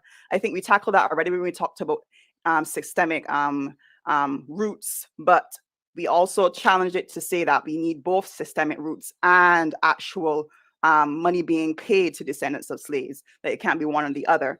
And later down, we had Afro-Humanists saying no price can be placed on the lasting effect of slavery. And she doesn't think any amount will suffice. And we kind of already kind of dealt with that already, that it has to be an ongoing. Cynthia was talking about a 10-year, over 10 years in terms of payments to descendants of slaves. And coupled with the systemic change in terms of, for us in Barbados or in the Caribbean, that systemic change or that injection of capital into for hospitals, for technology in terms of the eradication of illiteracy and what's not, injection of funds and capital so that Barbados and the Caribbean can get more on par with the superpowers who benefited from slavery, because we are way behind. We spend about 70% the government spends about 70% of their funds to try to breach, to close that gap in terms of education, how far back we are in terms of healthcare. So what she's saying here, Maya Atkinson also kind of follows on from there. She said, at the Afro-Humanist, I believe this too, which is why I advocate for equity over cash, but we're saying both. We're saying both, right? Is that what we're saying? And so Yes. Cynthia, can you commented at the end there, you want to just tidbit on that quickly? Yeah, when I said I advocate for both cash and equity, Yeah. like real money was made off of slavery. Yeah, real money. Yeah. Real Actual, this was see it. dollars, Yeah. pounds, I'm saying this was strictly a capitalistic entity in order for money to be and wealth to be garnered, right? So and you think about like all the wages that have been stolen from slaves who worked plantations, who built buildings. Slaves built the White House. They weren't compensated for that. Slaves built a part of our capital in Washington, D.C. Slaves built the railroads. They weren't compensated for that. That I remember there was I don't know, he can call himself an economist. I forgot his name, but he's German. Arthur, you can help me out. You know who I'm talking about. Thomas Kramer, that's his name. Thomas Kramer came up with a mathematical equation where he worked out you had over 6.9 quadrillion dollars of stolen wages from slaves if you count in the hours that were worked combined plus inflation. That's a hell of a lot of money. That's more money than what the United States is worth. The United States is worth about $267 trillion. So, you just think about like all this money that was taken away from these people and not able to pass on a penance to their descendants. It's egregious. So no, we need dollars. Like I can all the different things that needs, and I cannot get them over on a hope and a wish and a prayer. Like if he needs a coat, I need to buy that. If he needs shoes, I need to buy that. You know what I'm saying? So like, yeah, no, we need money too. I want to say thank you to all of you. Thank you to Cynthia. Thank you for coming, and thank you to Lalo for co-moderating, and persons who are watching on YouTube and those who tuning maybe on Facebook. Thank you for allowing us to be a part of your space and your time this evening. I hope we have lent our piece to this topic that needs to continue to be aired and to be explained and to be advocated and to be pressed in the public's ear and in those who are in power in their ears as well. This will not be the last one that we will have, but I hope this at least is a good start. And I want to say thank you very, very, very, very much. That's it. That's it. Any final words, Lalu? No, Any final words? You good? thank you very much, everybody. And Michelle, you did an excellent job. Thank you. Thank you. Any final Yes, words, you Cynthia? did. Philip, any final words? Yeah, reparations now. Reparations now. Yes. Yeah, same thing. Same Reparations. thing. No, not Yes. later. Right. All right. Thank you, everybody. I hope you have a good rest of the weekend and a good evening. Bye-bye.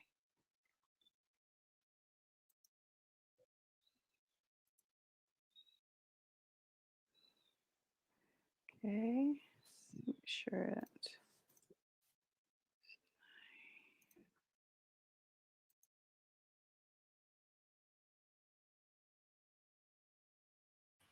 Yeah, that was really, really good. Really, really good. And if I'm not mistaken, I'm sure Philip said that the Barbados Humanists, before this event tonight, they went out as a group to ask people, where was God when slavery happened? Let's see. I think that's how they asked the question. Where was God during slavery? And I think they got a few people. They must have recorded some things because Barbados is very, very, very religious country, and so I would be very interested to find out what the people think. Where was God during slavery? What was God doing? Where was he? Why did he just go hiding when slavery was happening? So that would be something I definitely would hope that Philip can just give us yeah. Let's see here, guys. Let's see. That would be something I definitely would love to see. One second. Here we go. That's better. Sorry about that. I recently what I've been doing a lot of trying to figure things out on the computer, learning new things, new tricks. So yes, keep people poor and uneducated, and they will never turn away from their God. Hmm. So the whole God system, it's just not working. It's not working for the people in the long term. There's a video. Let's see here. Oh, I don't know if we can have a look at it. One second. Let me see if I can find it. Um, just give me a minute. I'll find it here. Let's see. A video someone sent to me. So these evangelical Christians, they're going to parts of the world um, that have not been exposed to what do you call those areas where the people are still very primitive and still very they haven't been exposed to the modern system of living. So these people, they're actively going, these missionaries, actively trying to penetrate in those communities and trying to go preach their Jesus to them. And this particular place, they gave pushback during this period of what was that sound? I just heard a sound. Sorry, guys. I heard this little sound, but I didn't know where it came from. Anyway, during the COVID, these people were trying to penetrate in these communities. Now, these people in these communities have no immunity to the diseases that haven't been introduced to them. And these evangelist people, well, this was going back many years ago. This wasn't about COVID. This was about different parts, right? That these evangelicals were trying to go preach their religion to. They get there and introduce some new diseases to these people who have no immunity, and they just wipe out a whole community of people, wipe out loads of people's their lives are just taken out because these people want to come and preach Christ to them. One second. People, it wasn't you. Okay, right. One second. Let me see if we can find that video. I won't show all of it. I'll just show the part where they sued. They sued the. I think I'm not sure who they sued. I only watched it briefly. One sec. I'll find it. Ah, there we go. The indigenous tribes push back against evangelical missionaries, and they won. Fantastic, amazing. Just one second, guys. I will. Okay, let me share my screen here.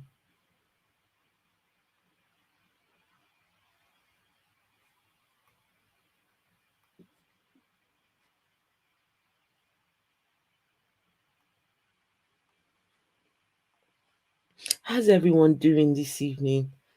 I hope you're all doing well. Evening, morning. People Thulu, what time is it where you are? I always have to remember that with People Thulu, his timing is always just completely way off. So I wouldn't know. What time is it, People Thulu? So what I will do, I will just share parts of the video, not all of it, because of course copyright, and I'll put the link. Only about 16 minutes. No, sorry, no. Yeah, 16 minutes long. So not let me put this here, put it on 1.25. I'll just share parts of it. Let's see. Therefore, when you teach them that there's one true God, there's one God above all, then you have to teach them that. Yeah, this was the part where these people took their diseases to this community. Okay, have a look here. E a nossa grande preocupação nesse momento de pandemia é manter a nossa. Right, okay, here we go. Right. Through. O sinal tá bem ruim hoje. His cousin has just heard word that his relative has passed away deep in the jungle.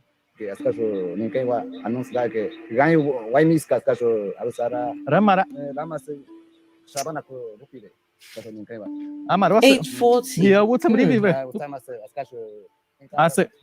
You okay? Tudo bem. Perdi meu pai recentemente, perdi um irmão, perdi um primo, isso e aquilo, de doenças diferentes. E a nossa grande preocupação nesse momento de pandemia é manter a nossa comunidade isolada. Por isso que a gente fez esse processo contra os missionários. Over the decades, missionaries have promised tribes a better life through schooling, healthcare, and Christianity. Aqui, realmente, nós estamos aqui. These communities, these evangelicals have promised them what? Better life, schools, and Christianity.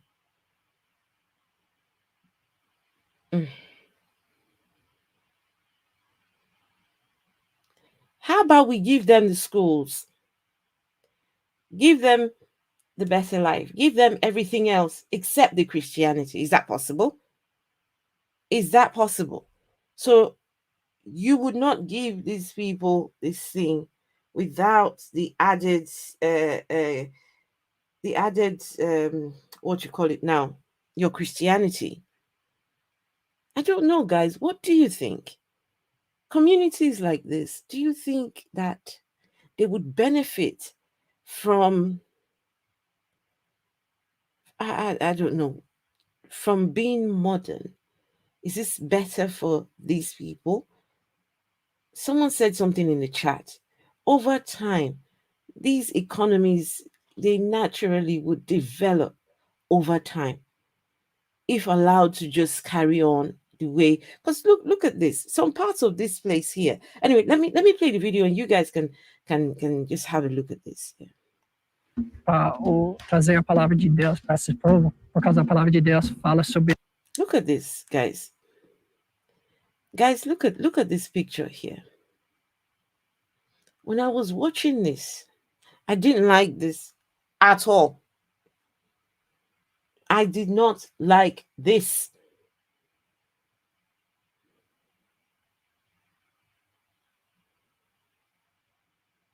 Huh? So these people are naked. You go, okay, you're dressed and everything. Very soon he'll be telling these people, look, you're being naked. This is not the way to dress.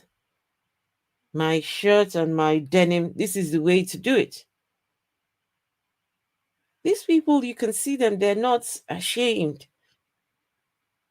They walk around like they're not ashamed at all. But these evangelicals will come and introduce to them, they should feel shame for how they are dressed because they don't look like others. They don't look like us. Phil, you there?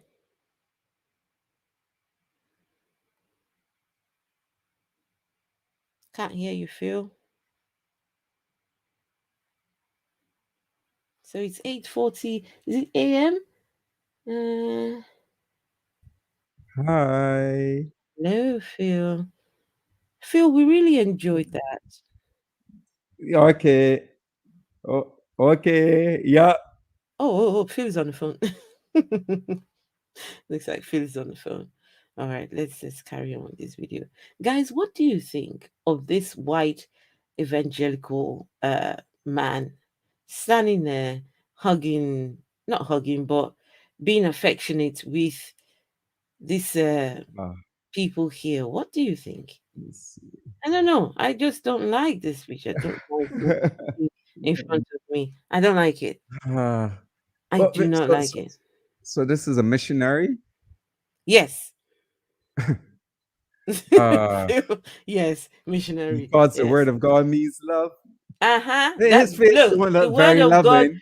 This word of God means love, Phil. Look at the love. All right. His face does not I ain't look saying loving. anything. I ain't saying anything. I am not saying anything. All right. But to tribes with no natural immunity against disease.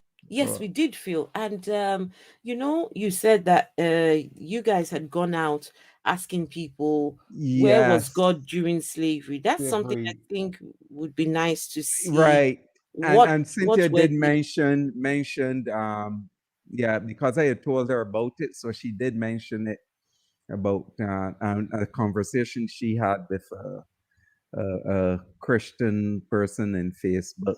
Similar thing about the encounter. Yeah. Okay. Oh wow, nice. So maybe later on, it'd be nice to hear what or if there was a video or something, just to see what the conversation was like, what people think.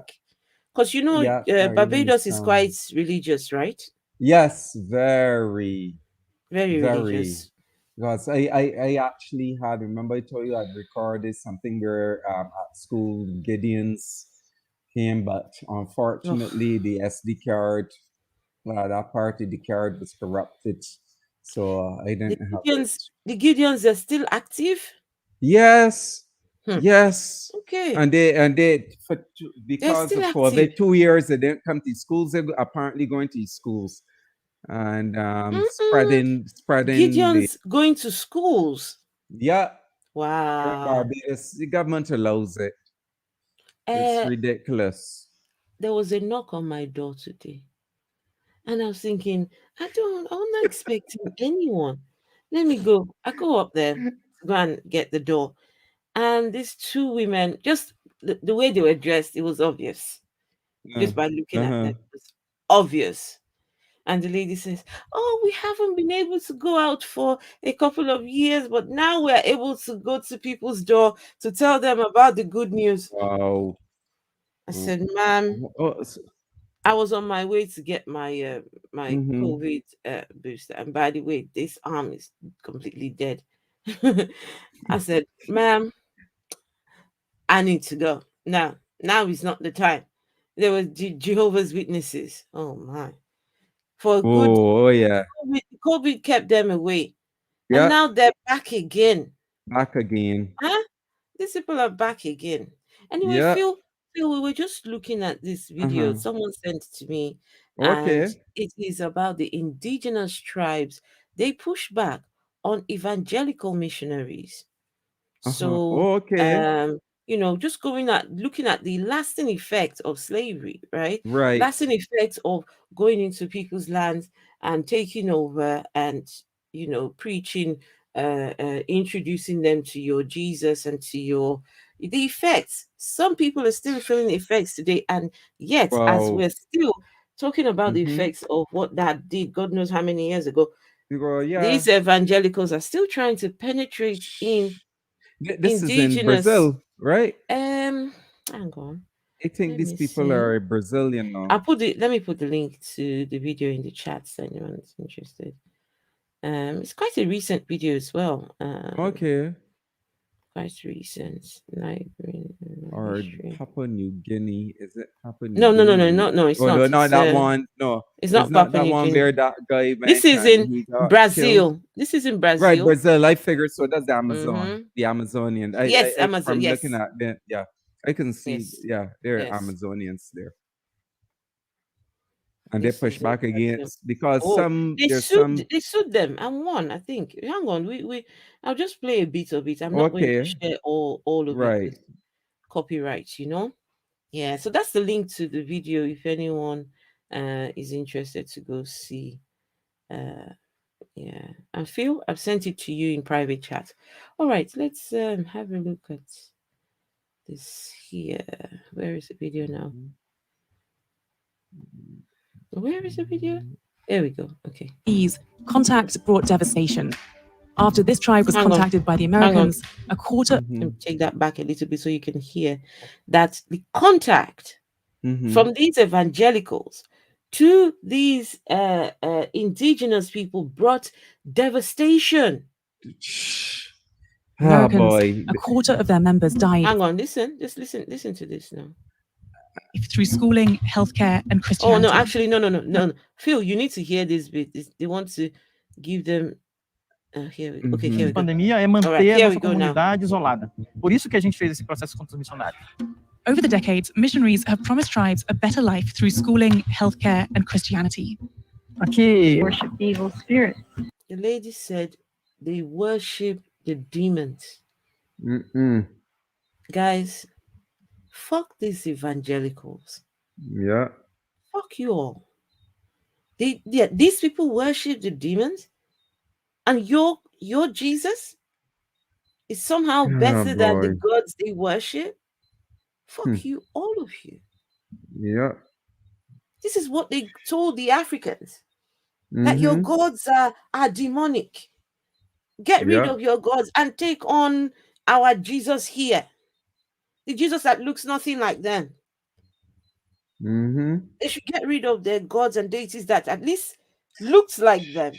Not that I believe in any deities, but for goodness sake, I would rather that people worship deities that look like them, were made by them, than one that was imported from a different place. The same one that was used to take them as slaves.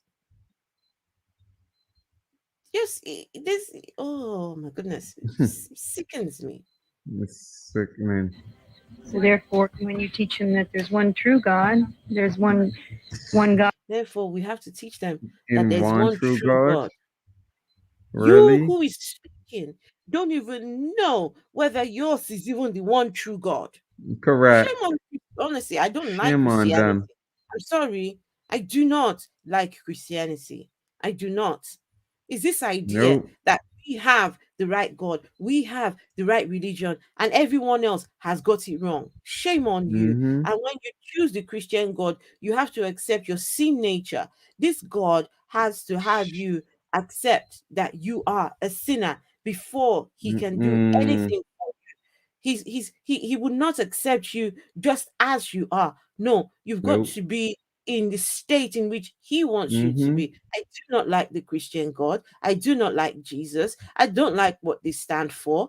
I would rather that people worship the gods that look like them. If you must worship a god, I don't have a need for a god in my own existence anyway. But people who need the god belief somehow to live life, at least Mm-hmm. choose a God that you have made for yourself, that looks like Yeah. you, that can relate with you, not these ones that they've brought to you by force.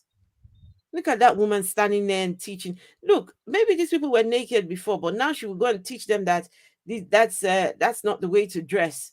You go and Yeah, you know, wipe out traditions. What's tradition, wrong with yeah, these people? culture that's not displeasing any God. God above all, then you have to teach them that to take your dope and contact the evil spirits, you are putting another God before the true God. Really?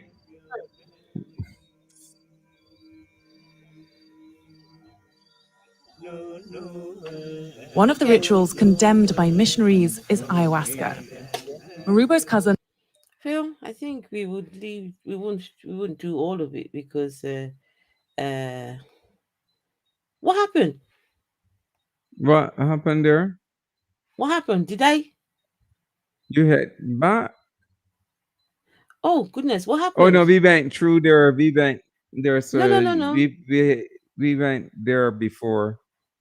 Oh, okay. No, it looks like I went up for a second. Oh, Oh, policy violation. oh, she showed naked people's Oh YouTube. goodness. Ooh, where? Oh, YouTube bot hit the stream. Oh, okay. But Ah, but isn't this on the YouTube hey, this before? is on this a YouTube This video. is ridiculous. Ah, Oh no. my goodness.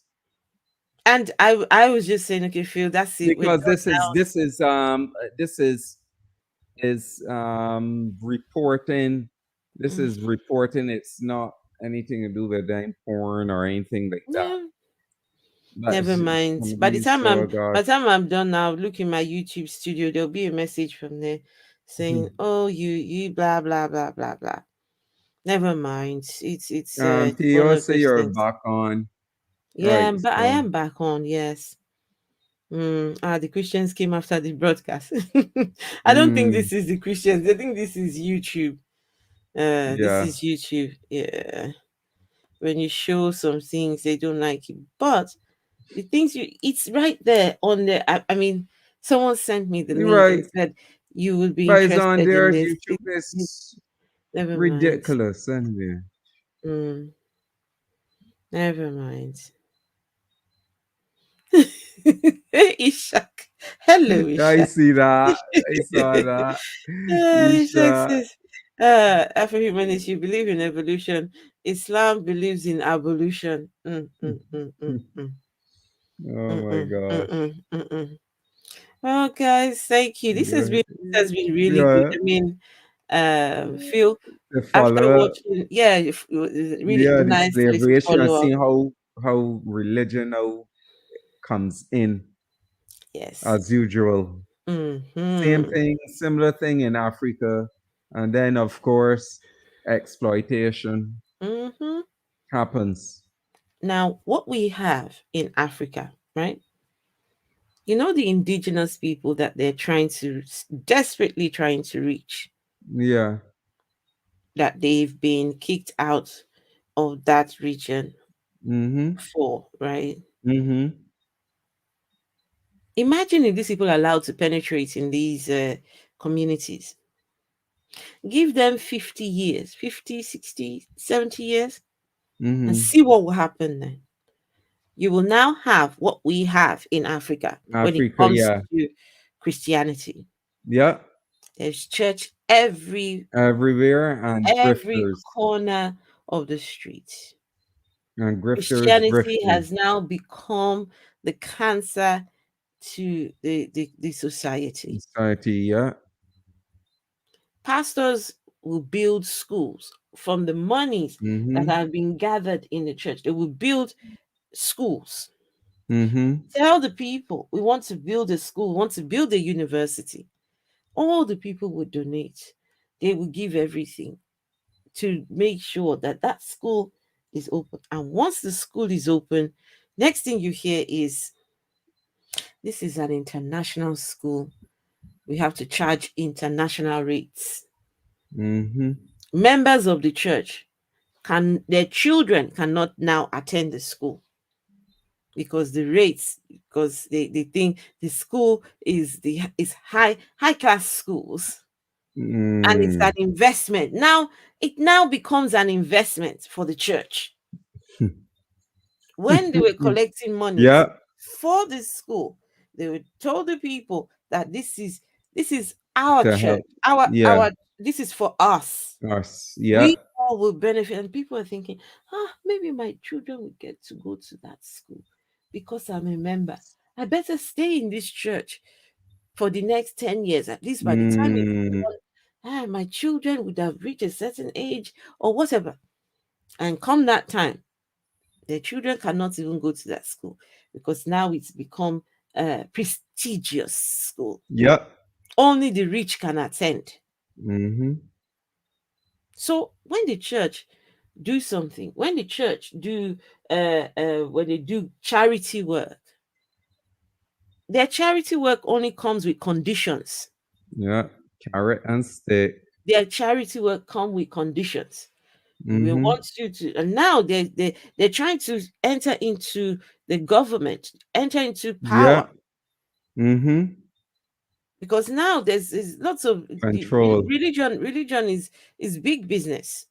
Yeah. If you And can it's get all about pastors, control. if you can get pastors uh to talk about who you should or shouldn't vote for, Mm-hmm. you see pastors going to visit the president. What Yeah. for? You know? Why are president? Why are pastors good? Oh well, Ishak would know better. Ishak would know about in Nigeria how these presidents they are scrambling for the opportunity to go and sit with president 5-10 minutes. I don't know what they go there to go and do. I don't know. Are they going to discuss what is the discussion about when a man of God is sitting down with president? They're all, what do they talk about? Is the man of God trying to convert the president to Christianity, which I don't think. I don't think that at all. In fact, I don't think God is brought up in that conversation at all. Mm. Oh gosh. White label Americans, you gotta read before. Okay. Say if you're familiar with Brazilian history, you will Mhm. know that what is happening now is a repetition of history. If Brazilians vote Bolsonaro, it will set them back to the era where they almost wiped out indigenous and black people. Oh wow. Mm. It's repetition, history. Hey, till X. Let me see till X. Till X says they're Yeah, going to says go and to spread spread lies. lies. Yeah. No, not just to spread lies. How about they're going to go and foster relationships, those contracts, those business, if you Mm. support me, my church alone, we have 1 point something million people. Mm-hmm. If you give me a contract, I will talk to my people.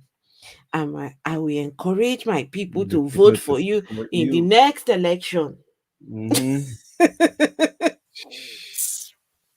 Oh Some boy. greedy Greedy people. people, yeah. Real greedy. Well, Phil, have you got any Yep. dreams coming up again soon? Um, right now, not exactly. Okay, Um, but hopefully we should be doing probably in November okay. a shit show. Oh yes, yes, yes, Peoples. yes. If Lots of you enjoyed what we did the last time with Cynthia, SR, Oz, Jenna, what else was that there? was really good. Hmm? That was really Oh good. yeah, I enjoyed that stream. Yes, and the whole team, we are now called the shit the shit show. team. Yeah, so we now call it the shit show. Yes, Mm-hmm. the shit show. What was it? Secular. Secular rarity. No, I mean the acronym. Oh, I don't remember now. T is for team. I is international, right? What is it It's again? the something humanist international team. Okay, I I remember. think it's the secular I will. I need humanist to go looking. international team. I need to go Yeah, looking. yeah. Right, guys. So I will. I will okay, guys. definitely be back tomorrow. But please, guys, do me one solid, one big favor, and that is, if you're not subscribed to Phil's channel, make sure to subscribe. Phil, please put the link to your channel. Yeah, And any yeah. of you who wants to broadcast your channel, please let us know. Let the mods just let us go and subscribe and You uh know, um subscribe to one another, because how else can we promote this message? How else can we yeah. spread the word, right? It's Mm-hmm. by getting those numbers up. It's by sharing. And listen, guys, share the videos. If you've got platforms, if you've got links where you can share my streams. Yes. Or else, I would ask those sex demons to visit you. The oral sex demons. I would, if you don't share, I would ask the oral sex demon in particular. Oh You, the God. ladies, the oral sex demon will put its dick inside your mouth. The men, the oral sex demon will sit on your face when you're sleeping. If you don't Mm, share and subscribe, please, yes, let's put the links to people's. So whose yep. channel? I Whose put channel my is this? channel. That's Is that that yours? one I put in mine Okay, so you've put and yours and yours. Yeah, atheist and mo. yours. Yes, atheist mo. How are you doing, atheist mo? Hope you're well. Yes, atheist mo could do with the subs. Absolutely, absolutely. He could do with the subs. See if we can put this link. With the what? I can't really go looking for links right now. Right. So What you wanted? 80 Small and It is small. White Label American Podcast, please. Yeah, that's my friend. White Label You said American it is small. Atheist SMAL. Atheist Mo.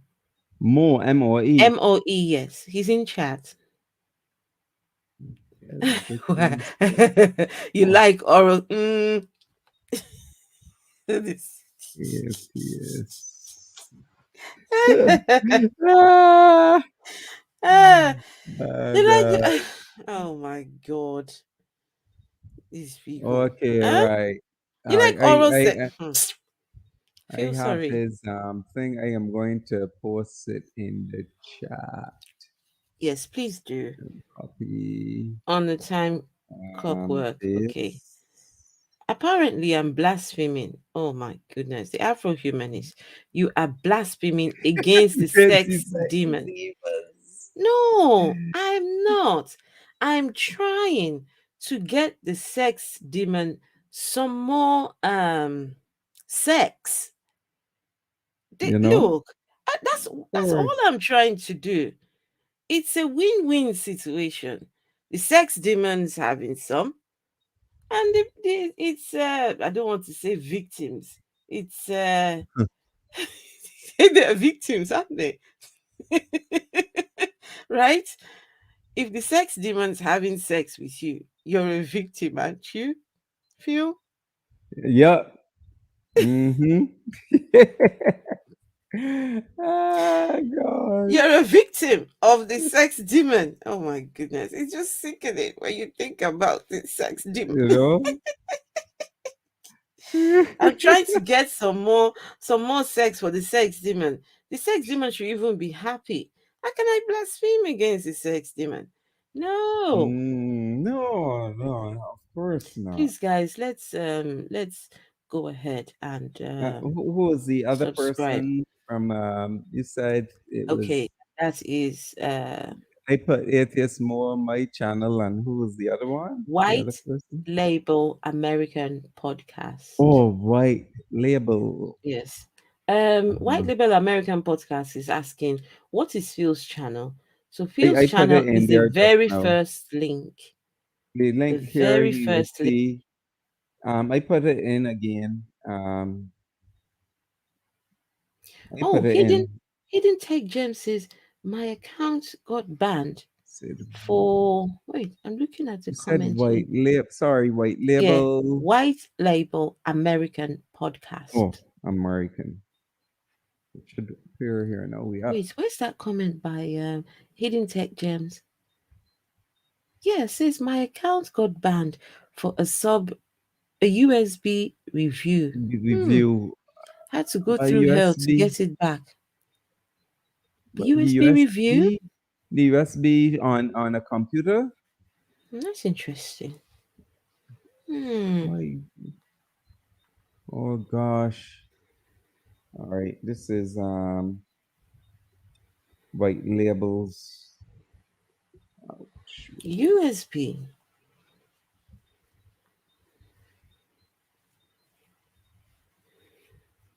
Right.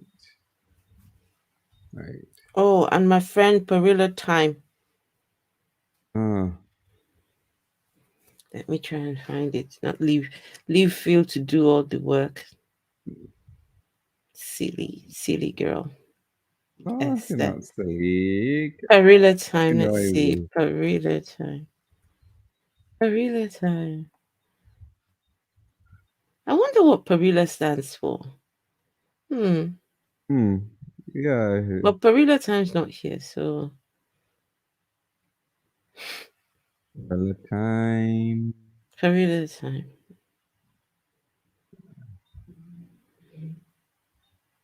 Oh, Perilla's time. Have you Oh, found it? Or I'm trying to get it myself. I am not seeing it. Is it on a different name? Hmm? As what I am seeing is not What? Perilla's. I found Oh, you it. spell it. Oh, you I found found it. it? Yeah, I found it. That's Perilla Time there. Yeah, so that one that I've Oh, just yeah, I posted. found So it. Atheismo has to go. Right, see you later, Atheismo. Hidden Tech Gem says Bye. Hidden Tech Gem's channel is back on, and that's good. Good to hear. But for USB, why would you? What was it about the USB? I don't know, guys. Please, guys, let's go ahead. Your subscriptions, your Matter. subscriptions, yeah, they matter a lot. Yeah. Um, they matter a lot. So yes, I will definitely be back tomorrow. Phil, Yeah.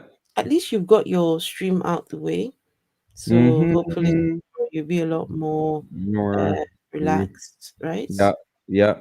Yeah. Okay, that's good. So, They said they made you a see. mistake. Nothing that went against TOS. Really? Wow. Mm-mm-mm. Mm-mm. Parallel time. You put parallel time. Okay, good. Wow. Parallel time hasn't been in the chats today. So Yeah. never mind. He's He's my friend. Steve Yeah. McRae, manager. Hey, they keep edging me. Who's edging you? You know, is he talking about YouTube? What happened? YouTube Broadcast is back. agenda? What's happening? Is something wrong? There's something wrong? I don't know. Said broadcast is back. I don't know what that's I about. don't know what that means. Okay. Anyway, we're actually Mhm. done. We're done Yeah. for the night. So Mm-hmm. guys, if anyone wants Thank to you. if you would like people to subscribe to you, just in the comment section there is you can put the links to your channel there. Oh, it stopped on your end. Okay, I don't know Oh, why. why? It was still I don't on know. my end. I don't know. I honestly don't know. Might not be. Might be from Mm. their end. Hang on, just give me 1 second. Let me check something. If there was something wrong, um YouTube would have Mm. sent me an email saying we've had Yeah. to do something to your stream because you were streaming something I did, but there's nothing there. Maybe later. Maybe they'll send something later. Anyway, guys, thank you very much. Please don't forget Mm-hmm. to like, to share, subscribe to me as well. While you're subscribing to others, make sure to subscribe to me. Thank you Will all. do. Yeah. And we will see you tomorrow, definitely. So you all take care of yourself and good night. Good night, Good night, everyone. everyone. Yes. Yeah. Wide Label American Podcast has just subscribed to To you. my channel. So Yep. that's good. That's good. Good. Yep. Good Yep. night, everyone, Thank and see you you. later.